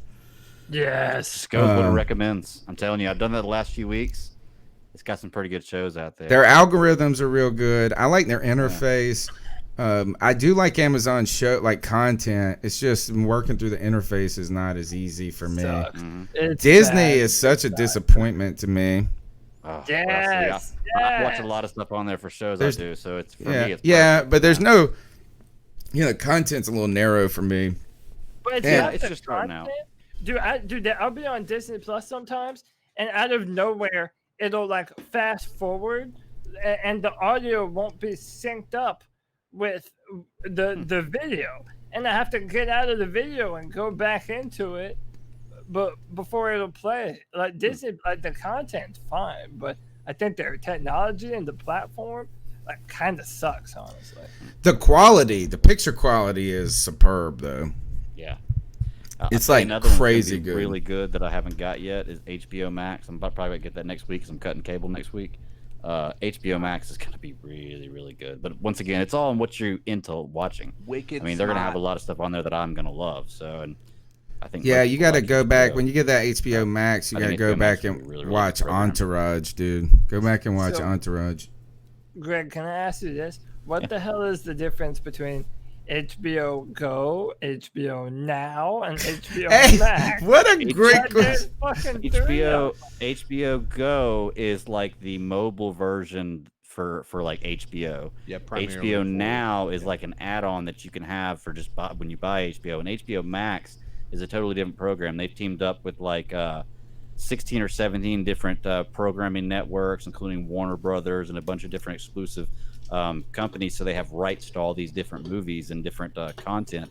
If you get a chance, just look. If you don't know anything about HBO Max, look up the like 45-second teaser trailer they did about 6 months ago when they first announced it, and just go through the stuff they show you on there. And to be able to own all that stuff by owning the app or the ability to watch it, it's pretty amazing. And I think everything on HBO will be on there as well, on top of the other stuff they have. So that's what I was about to ask. Like when they have new shows, are they going to be simultaneously uploaded to Max? I'm pretty sure, but I'm not positive. It just launched like a week and a half ago, too. Okay. So that's what they've always done on Now and Go is that, like, so for instance, if Game of Thrones is about to air at 9 o'clock when that season finale, somebody technically could get in there and actually just scroll the end and find out what was going on. Yeah.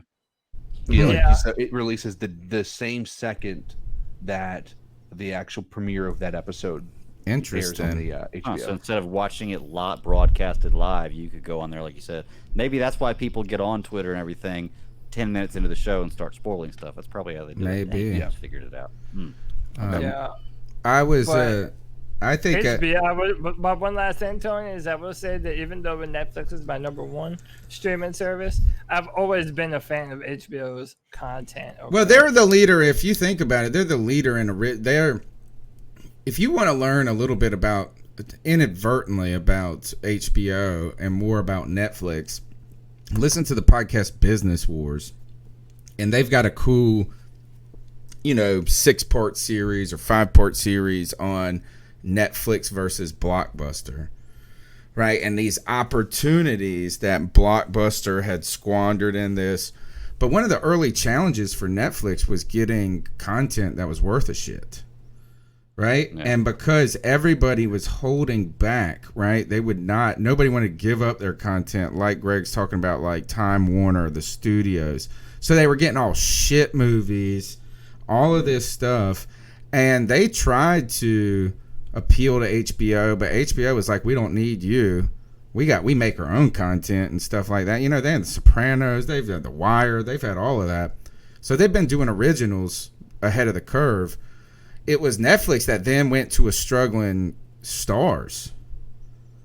The Starz network. That's where they first got their content boost so that they could then appeal to enough people to then do what they've done. Yeah. But HBO is Spartacus.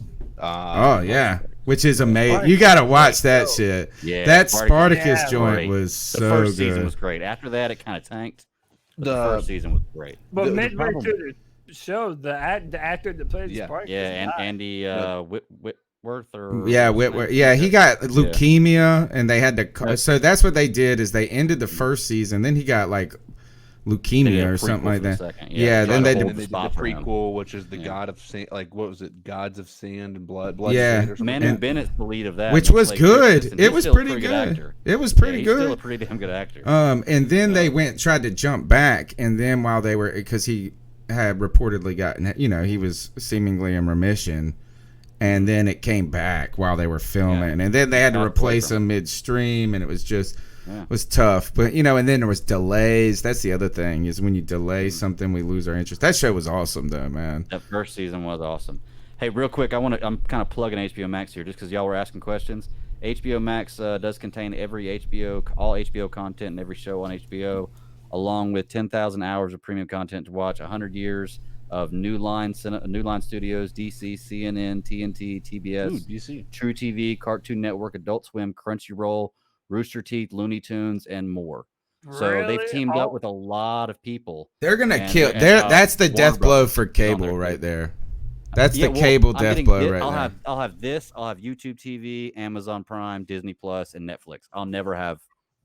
Yeah, but now you're not saving money really at that point. I got all of them. Less than I was with cable. Yeah. At what point do we have a third party who finds a way to work with every single one of them, similar to what cable is like now? That is the holy grail of cable. I think that's HBO Max right now, isn't it? Sounds like they're pulling in all the.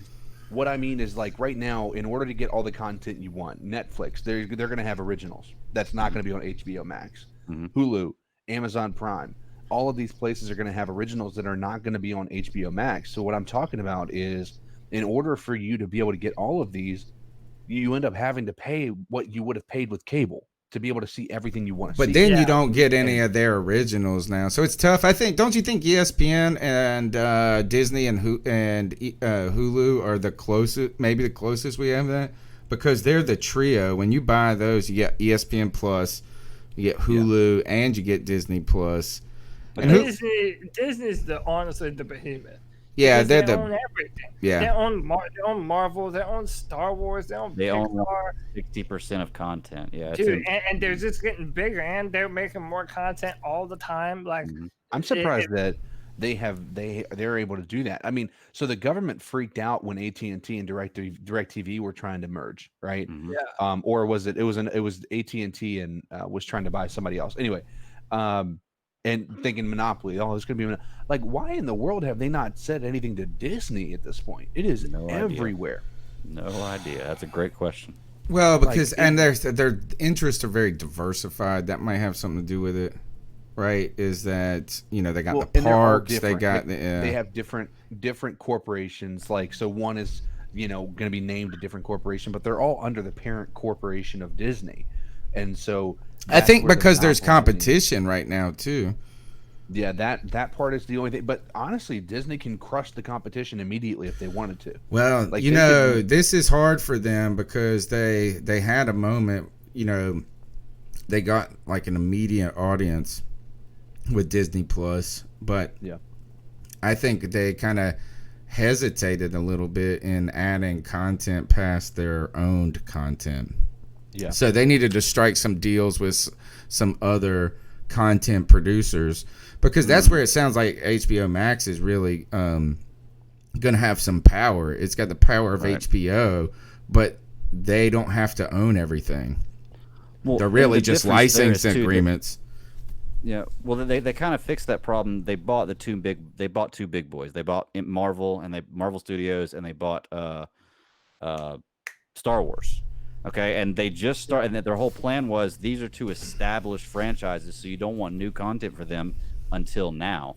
And now that they've established their own streaming service, that's what they're doing, is they're making new content with Star Wars, new content with Marvel. They're coming out with like 6 or 7 Marvel shows this year. But that's cool. But don't you think that's a niche-y Well, thing? Like, I'm into a little bit of that, but I'm at the same time. I was going to ask you, guess what I'm watching on Hulu right now? What's that? I'm on episode 6 of Star Trek Next Generation. Okay. All right. So, and I'm going to say this is I think I gravitate to Star Trek a little bit more than I gravitate to Star Wars. Not to say, yeah, me too. Always have. Star Wars is more mystical than Star Trek. Star Trek has a lot more. It's a human story in space. Right. Star Trek wants you to believe that could be a future Earth, like where it's like an Earth that's living in harmony with itself, that is like a big brother in our celestial part of the neighborhood. But also, do any of you watch Rick and Morty? No, I've heard it's great though. It's so fucking good. It is hilarious, man. It's like don't let the cartoon thing throw you off. It's like, dude, it is a genuine, just like South Park has been the greatest show since it's been on TV and culturally relevant. Like, Rick and Morty's doing that now, and I think that everybody should be watching it. A bunch of cool sci-fi and like little funny jabs at modern day shit. It's cool. But the last thing I wanted to throw in there is that when you look at Disney and Netflix, Disney doesn't have to spend as much money as Netflix does. Yeah. Because they have an entire backlog of stuff that we've all grown up with and have loved forever, that people are going to go on Disney for. That branding we talked about earlier. Right. Whereas Netflix, they have their big shows, but they have to keep on buying, or making all these big new shows, all these attractions to get people still watching Netflix. Have you seen the amount of money that Netflix is actually in debt? Oh, They're yeah. billions of dollars in debt. They've had a lot of bets on building their own content, which I think though is like, no matter what, I don't think I'm going to cancel Netflix. No. Yeah. Like, I think I'll just kind of always have it. Me and my wife were talking about it. Like, right now, out of everything we're going to cancel, it's going to be Hulu. Maybe. See, that's what I get my live TV on, so I can't cancel that. But I don't. Honestly, we don't even watch it. Like, I was watching live PD. That's the only thing we were watching live. Everything. What about sports? Joey Esquivel asked Greg this: how are you going to watch live sports without cable? My guess is YouTube TV. Like, I use Hulu TV. I mean, there's ways. I'll just say YouTube. Yeah, there definitely is ways to watch, but YouTube TV, I've actually noticed, because I did a free trial last year and compared it. YouTube TV is actually a better picture than I got on my cable box, and it's about a half a second faster on the feed, which kind of blows my mind. But so and it's $45 for me to do YouTube TV a month, and if I have 2 cable boxes in my house right now, it's costing me about $115 for the 2 DVR cable boxes. Yeah, you know what the real problem though is? Unlimited DVR. You gotta have the problem though that the cable company gets you on, because I did this a long time ago myself. And we went with Hulu because we were already paying for Hulu because my wife wanted to, we bought Hulu because of The Handmaid's Tale. So we decided to go with Hulu Live because we were already paying for Hulu and it just basically consolidate into one payment, But I was going to say that, the problem is that you got to have unlimited internet and you got to have the high speed internet for all this to work, for me to be podcasting, for my kids to be streaming Netflix and all of this. And so the shitty part about this is that you end up paying like $125 for internet. Right. Well, no, see, that's my thing is I got, I pay $128 for 400 meg internet, unlimited. Wow. That's crazy because I only pay like maybe $50, and I think I only get like 200. But I don't have any problems with mine running, and I stream like 6 TVs, do podcasts, and also and video games and all that stuff. But I mean, I guess it just depends. I paid $90 for over 300. See. This is what happens when you get stuck with Suddenlink, assholes. You want to talk about monopolies? The internet service providers are not monopolies. All right, yes. Let's go to the Ice Up picks. But what do you guys? So you're watching alone, Cody. Greg, what are you watching? You have a podcast about watching. So what are you watching?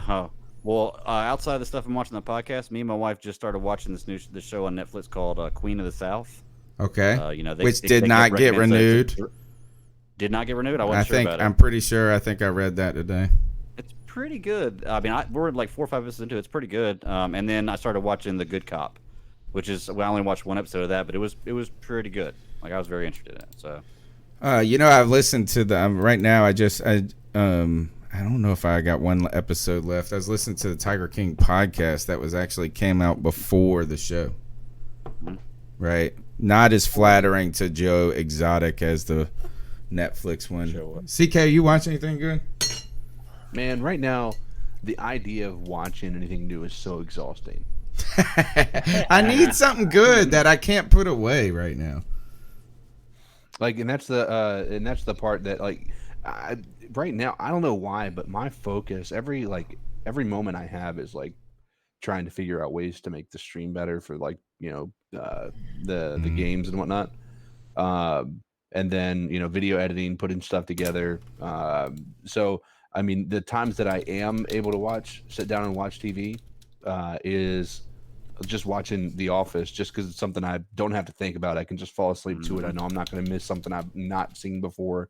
Yep. Whereas, yeah, exactly. And so I haven't really, I mean, there is not a single, my wife has been watching this 90 Day Fiance. Dude, I feel like everyone's watching that. Dude, yeah, I can't stop. I'm not watching that.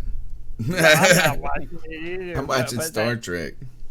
I'm a big fan of Your Mom's House podcast with Tom Segura, and they talk about that.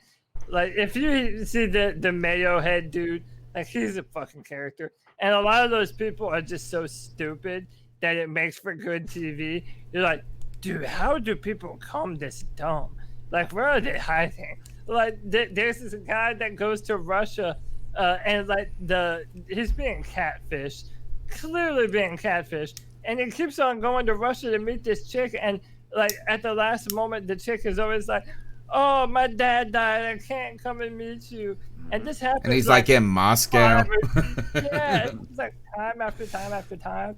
It's like, dude, your stupidity, you deserve all the dumb shit that you're putting on yourself. All right. But everyone talks about it, and I just refuse to watch it. All right, let's get to the Ice Up picks this week. Let's do it. This is where we tell someone to ice up, toughen up, get it together. I'm gonna go first. I always try to see who wants to go first. I'm going first. My Ice Up pick goes to a man he's from India, right? And somewhere in India, I wish they would say.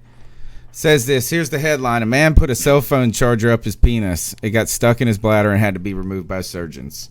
Oh, God. He fished the cord up his urethra for whatever reason. Oh, my God, I heard that on dude. Woody and Wilcox show. And if this x-ray is correct, then he sucked it up somehow entirely.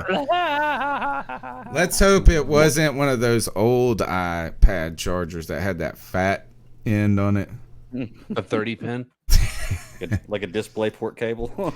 Yeah. So to you guys who shove things, as I've had out of just being socially responsible STD test once in my life, and as well as I've had a what did we call it? A vasectomy, right? And these different things. So there's been some moments where they've shoved some shit farther up my whatever, but it's always been like not very big, and it's still insanely just uncomfortable. And so why would you do this on your own with a phone charger of all things? I cannot fathom where that desire or fetish comes from. But to you sir, ice up your urethra. Ice up. Apparently, he's gonna have to. Yeah. Yeah. All right. Who's next? I would say too, right? Who's next? Yeah, y'all wanna go next? I'll go ahead and knock mine out. Mine's simple this week. Fridge broke again this week. Oh. Bought this fridge brand new. I bought the house in November. Bought this fridge in December. We went like a month without a fridge. Is it a Samsung? No, it's a Whirlpool. So I'm icing up Whirlpool because every product I have in my kitchen, my stove, my dishwasher, all that stuff, my microwave, all that stuff's all Whirlpool. So I wanted to get a Whirlpool fridge to go with it. This is the third time in 3 weeks it's broke. I've had a guy come out there twice to look at it. He's changed the rails that the freezer slides on, and he says the problem is the freezer door's not closing properly. So he's changed the rails twice. The problem is the freezer gets too cold, freezes up, then it makes the fridge stop working. Yeah, so it locks the fan up. I guess, yeah, but I've lost the groceries in my fridge like 3 or 4 times, and every time I call, which is a lot of money, every time I call Whirlpool, they just want to send somebody else out, and it's like, okay, this is 3 times. I paid $1,600 5 months ago for this. It's time to give us a new one. They make them replace. Do not let them off the hook. They need to replace those groceries, dude. That is a part of the whole process, man. Yeah, I've been trying, but I can't even get to replace the fridge. Like, how many times are they going to send a guy out there to repair it? When sometimes they're just bad product. Like a product that comes with the line is just a lemon, and maybe that's just the case this time. I'm not saying all Whirlpool products are crap, but this fridge has crapped out on me a bunch of times. It's cost me a lot of money, and Whirlpool's very difficult to deal with to try to get it fixed and get it straightened out. So the Whirlpool, I say ice up. So right now you're the poster child of getting a warranty. Yes, and I have a warranty. I paid extra for these. No, actually, you're the not poster child of getting a warranty because you get a free year warranty. He would still be under manufacturer warranty. And that's why they keep sending the guy out there to try to repair it instead of just replacing it. Yeah. Well, what they're doing, a lot of times what I've heard people do, like doing what I do as a debt collector, a lot of times the accounts that people open are for those appliances. And so I'll talk to somebody and I say, why'd you stop paying? It broke down. Okay, well, talk to me about, you paid on it for, a year. What was going on? And they'd say, well, about 4 months before the warranty run out, I had an issue.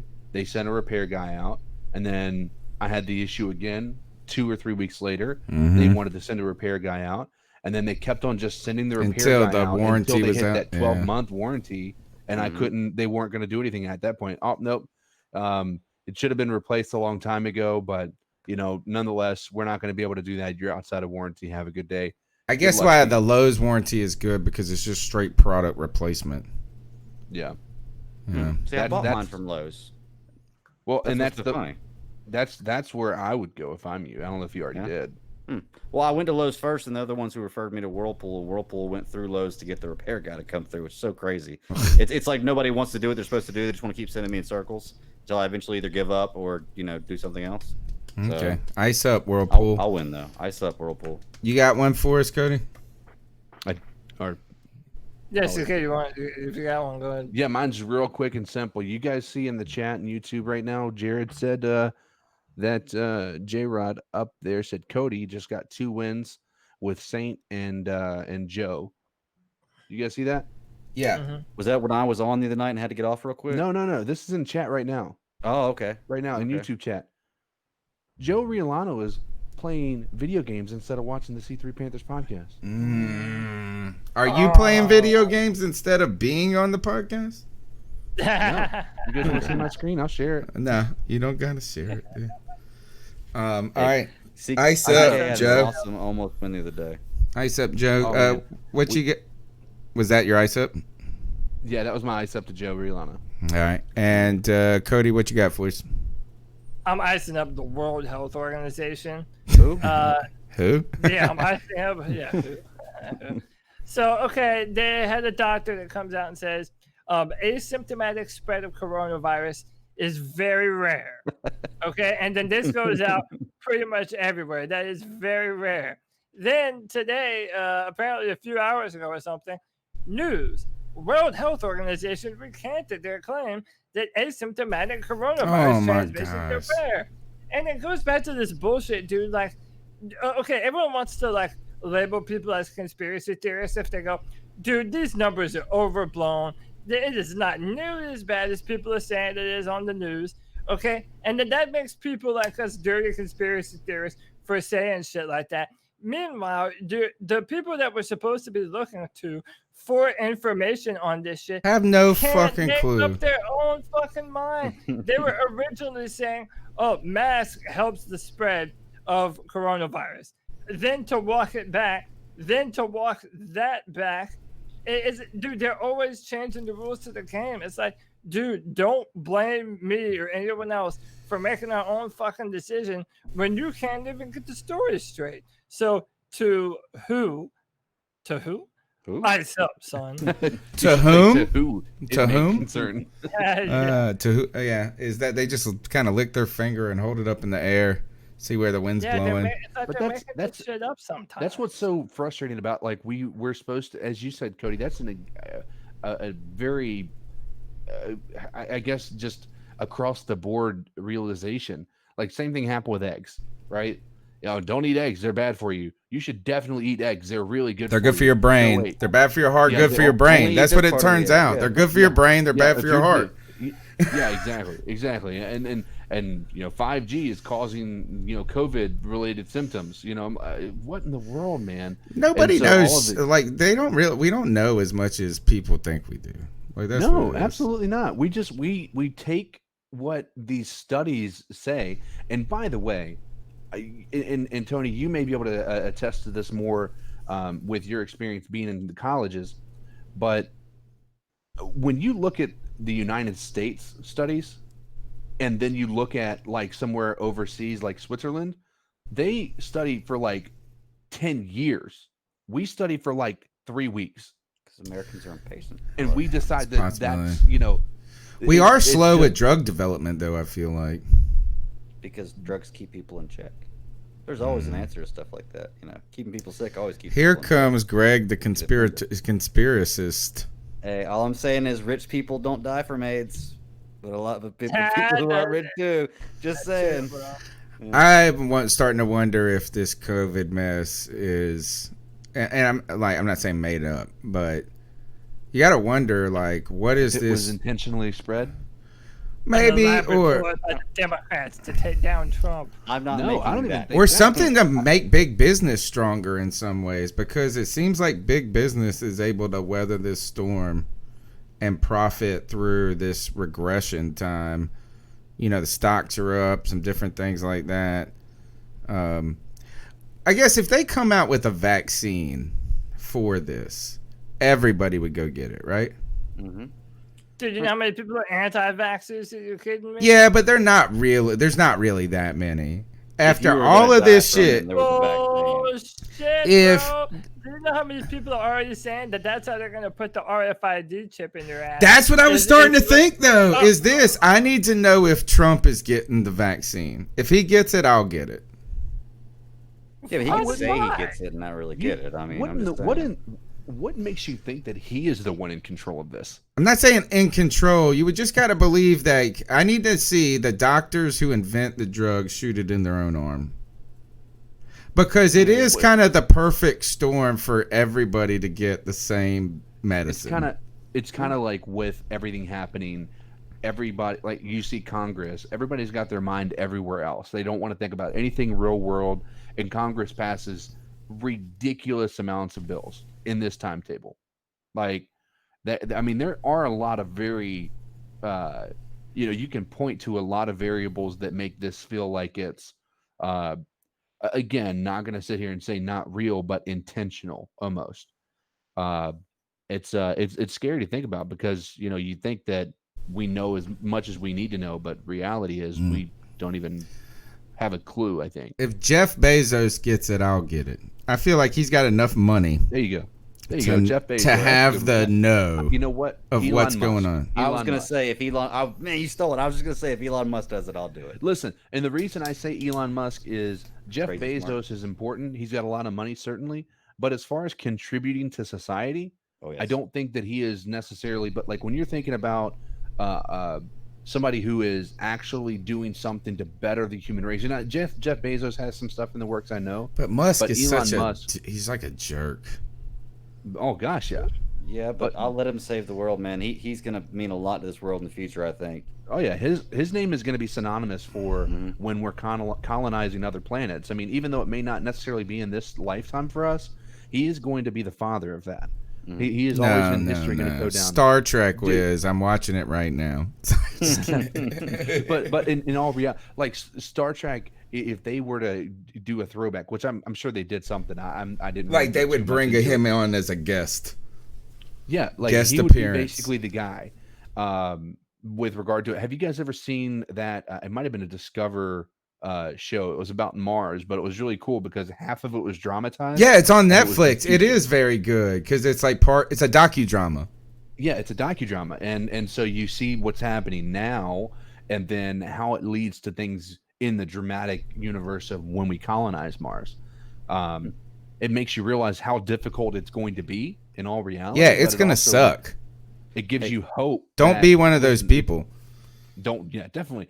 And they say that from the get-go. A lot of people want to dispute it, but it is reality. It's a death sentence to be the first people to go to Mars. It's like going to the new world. Do you know there's a cool podcast? Go listen to this podcast called The Habitat. It's an old podcast. It's been around for like 3 or 4 years. But what they're doing is they're studying people in isolation to see how they would do with this. So what they did is they made these like 6 people live in a biodome in Hawaii, and when they left, they had to simulate like they had to wear spacesuits out and things like that. And it was wild, man. It was just like, and these mugs were so happy to be out of that motherfucker. Like when you listen to it, when they get out of it, they're like, woo, I'm glad we helped mankind learn about confinement, but I'm ready to go back home. Did any of y'all see Space Force? No. Yes, I did. Was it any good? I heard it was a flop. It wasn't the best in the world, but I watched you're expecting something else. You're expecting something else, and that's exactly. You're expecting, but it's still not bad. It's not something that I'm like, oh, I can't stand that I saw that. I enjoyed it. I'll watch the second season. I mean, if we realize that it's supposed to be a just to show the incompetency of our government, which is why SpaceX sending people to the space station is such a big deal, is because any government agency anybody's ever been a part of can say competency is always an issue when it comes to government. So that I think it illustrates it very well. And it was a direct jab at Donald Trump. Oh, absolutely, the entire thing. They just, I mean, and what I'm a fan of, and why I'm happy the way they did it, the way they did, is it wasn't so direct. It was kind of, it was subtle. It was like little things that you realize what it was, but it's not them just throwing it in your face, showing, oh, you're such a, we have a horrible president who's making joke. But the reality is, I support the Space Force idea. I just wish he would have named it something different. Yeah. I hope I'm all shut down the post office to fund it. Let's put it that way. Oh, I bought my stamps. I bought my stamps to help keep your job recently, Greg. I appreciate it. All right, now let's get the hell out of here. Cody Lashney, I assume that you're going to be talking about on the Cripple Connection the debut of the PS5, right? Yes, we're going to try and live stream it on Thursday too. So be on the we're going to try and make it where you can watch just how we're using Google Meet. I'll have the video up in the tab, and me and Jeffrey and maybe a few other of my homeboys will come on, and we're going to react to the future of video games with this Sony PlayStation 5 press conference this Thursday. And yeah, you can check that out on my channel, Cody Lashley. Come subscribe to me. You can follow me on Twitter at CODYLAC, Cody Lack. And I'm still writing Panthers comments for Draft Tech monthly at drafttech.com. That's all for your boy. Greg, the man of many podcasts, what you got going on? Oh man, I got a ton going on. You can find me at the BatDaddy52 on Twitter just to talk to me personally. I also do the Super Civil Servants podcast at SCS Podcast 1 on Twitter. We drop shows on Mondays, and it's basically just a show just like this right here. We talk about movies and TV shows and comic books and all kinds of geeky stuff. Then I'm also doing 2 new shows on the Geek Ultimate Alliance Network. One shot drops on Tuesday morning. It's the DC Alliance podcast where we talk everything DC Comics, DC Universe. And then Fridays, I do superhero discussions. Drops Friday mornings on the same network. Where right now we're covering Superman the animated series. But if you get a chance, go check out this Geek Ultimate Alliance Network, man. We got 6 shows on it right now. We're covering just about everything: Star Wars, DC, Marvel, movies. I know on the movie show we're covering stuff like Alien and Back to the Future, Jurassic Park, all kinds of series like that. So it's really, really fun stuff. You know, if you are into that kind of stuff, come check us out. Geek Ultimate Alliance Network. Definitely. CK, tell us what's up in the gaming world. So I think I'm officially done with Twitch. I am just doing the Facebook stream. I may do a multi-stream with YouTube and maybe make it something along those lines. But yeah, I'm not a fan of the information Twitch does, you know, and even if there were an opportunity for monetization with Twitch, which there is, obviously there's going to be something in the future that could possibly be money. They take half of everything, which is ridiculous. Half of everything for the content you're creating. I know they're providing the platform, but that I just don't know of very many people who are agreeing to be a 50-50 partner with something like that. But nonetheless, I am on Facebook now, and you can essentially find me pretty much the same way. It's Codizzle_Allen, which I'll put it up here if that works. It's displaying backwards for me. Yeah, it's inverted. It's because I'm capturing this window. Well, that's what it was doing too. Let me do this here. There you go. There you go. But yeah, it was on my screen. It was doing backwards, so I flipped it. So I guess your flip it. It was flipped multiple times. We'll just it was flip-floppitied. Yeah, flip-floppitied. But nonetheless, that's how you'll be able to get me if you have the ability to look on Facebook.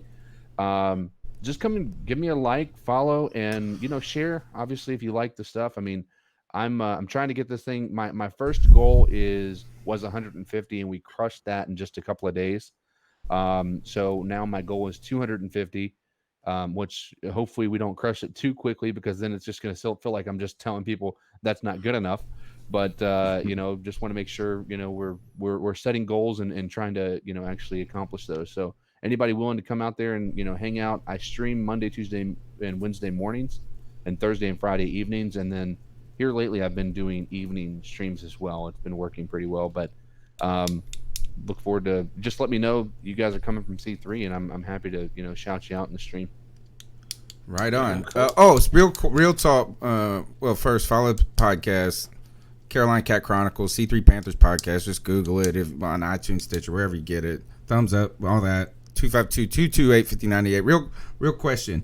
If I had a friend that was going to have a job interview, and when the people contacted them, they gave them 6 interview times to pick from over a week period of time, would you recommend being the first among candidates, the last among candidates, or the middle among candidates?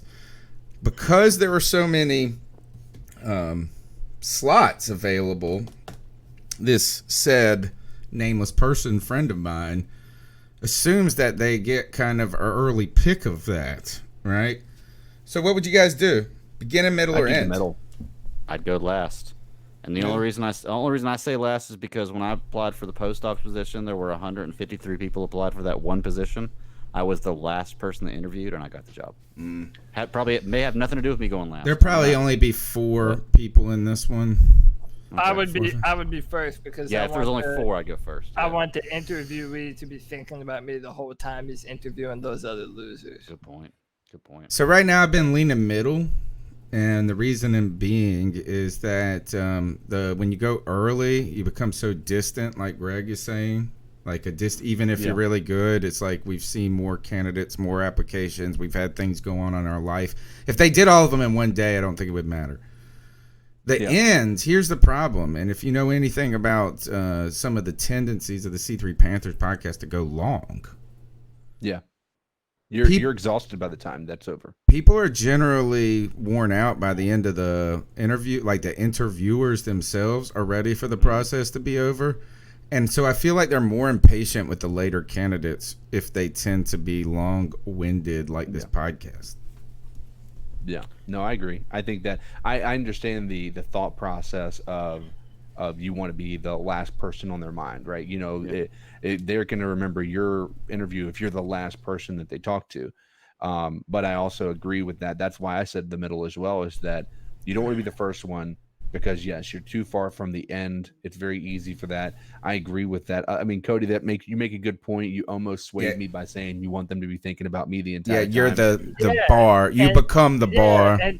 And then what Tony just said too is like after you've done it so many times, the people doing the interview are like, okay, let's do this again. Yeah, at least the first time it's fresh for both of you. Yeah, right.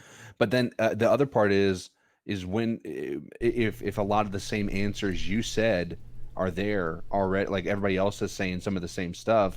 I think you then get lost in the shuffle. You sound stale. You're in that process, or you become stale at the end if you're saying the same. Yeah. How about this? Is you just interview like a mug and win that job? That's my suggestion to nameless person. Yeah, I think if you believe enough in your resume, and if you actually think that you're the shit and you believe in yourself, then I would say go first. If you're kind of hesitant or you're just hoping for the best, I'd say the middle or maybe the last. Yeah. What about middle? Well, I don't know what I'm gonna do. So I think it all has to do with how many people are doing it too. Like you said, with 4 people, I'm on Cody's side. I'd want to be first. But with a situation with me, I didn't have the choice of being last. But with that many people, like I was saying, by the end of that, they're tired of hearing people. They just want to see somebody good. So I'd rather be last in that situation. It's all just dependent, you know. Fingers crossed. We need new jobs. Honestly, the way that the best advice I can have for anybody going for an interview is just be happy, dude. Like if you go in there acting nervous or anything like that, if you can go in there, smile, and actually enjoy yourself, man, that's how I've gotten every single one of the jobs that I've ever interviewed for. Is I make it like there is like I'm just happy to be there, man. You don't want to be anywhere else. Don't want to be anywhere else, but also like listen, you know. I'm here I want this position, but you're going to have to convince me as well. Like this isn't about you just interviewing me. And I'll tell them, I'm like, listen, I'm not sure. Like I'm really excited to learn about what you guys do here so that I can maybe make a decision on whether if you want to offer me the job, whether I'm going to take it or not. So play a little hard to get. One of the challenges in this world though right now is now you've got to make this impression via video conference. Zoom. And like what do we have to be concerned about looking at first, you know, like how do you look like your skin looks decent? How do you make sure you're looking at the camera well? You realistically you have to worry about that in a real interview. You want to look presentable for an interview. You want to look somebody in the eyes when you're talking to them.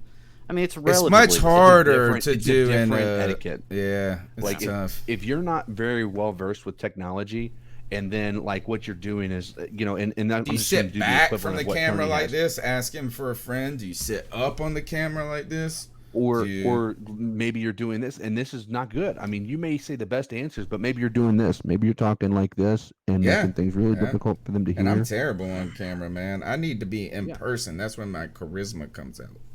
Yeah, there you go. I get that. So, good luck. All right, C3 Panthers podcast. We'll see you next Tuesday.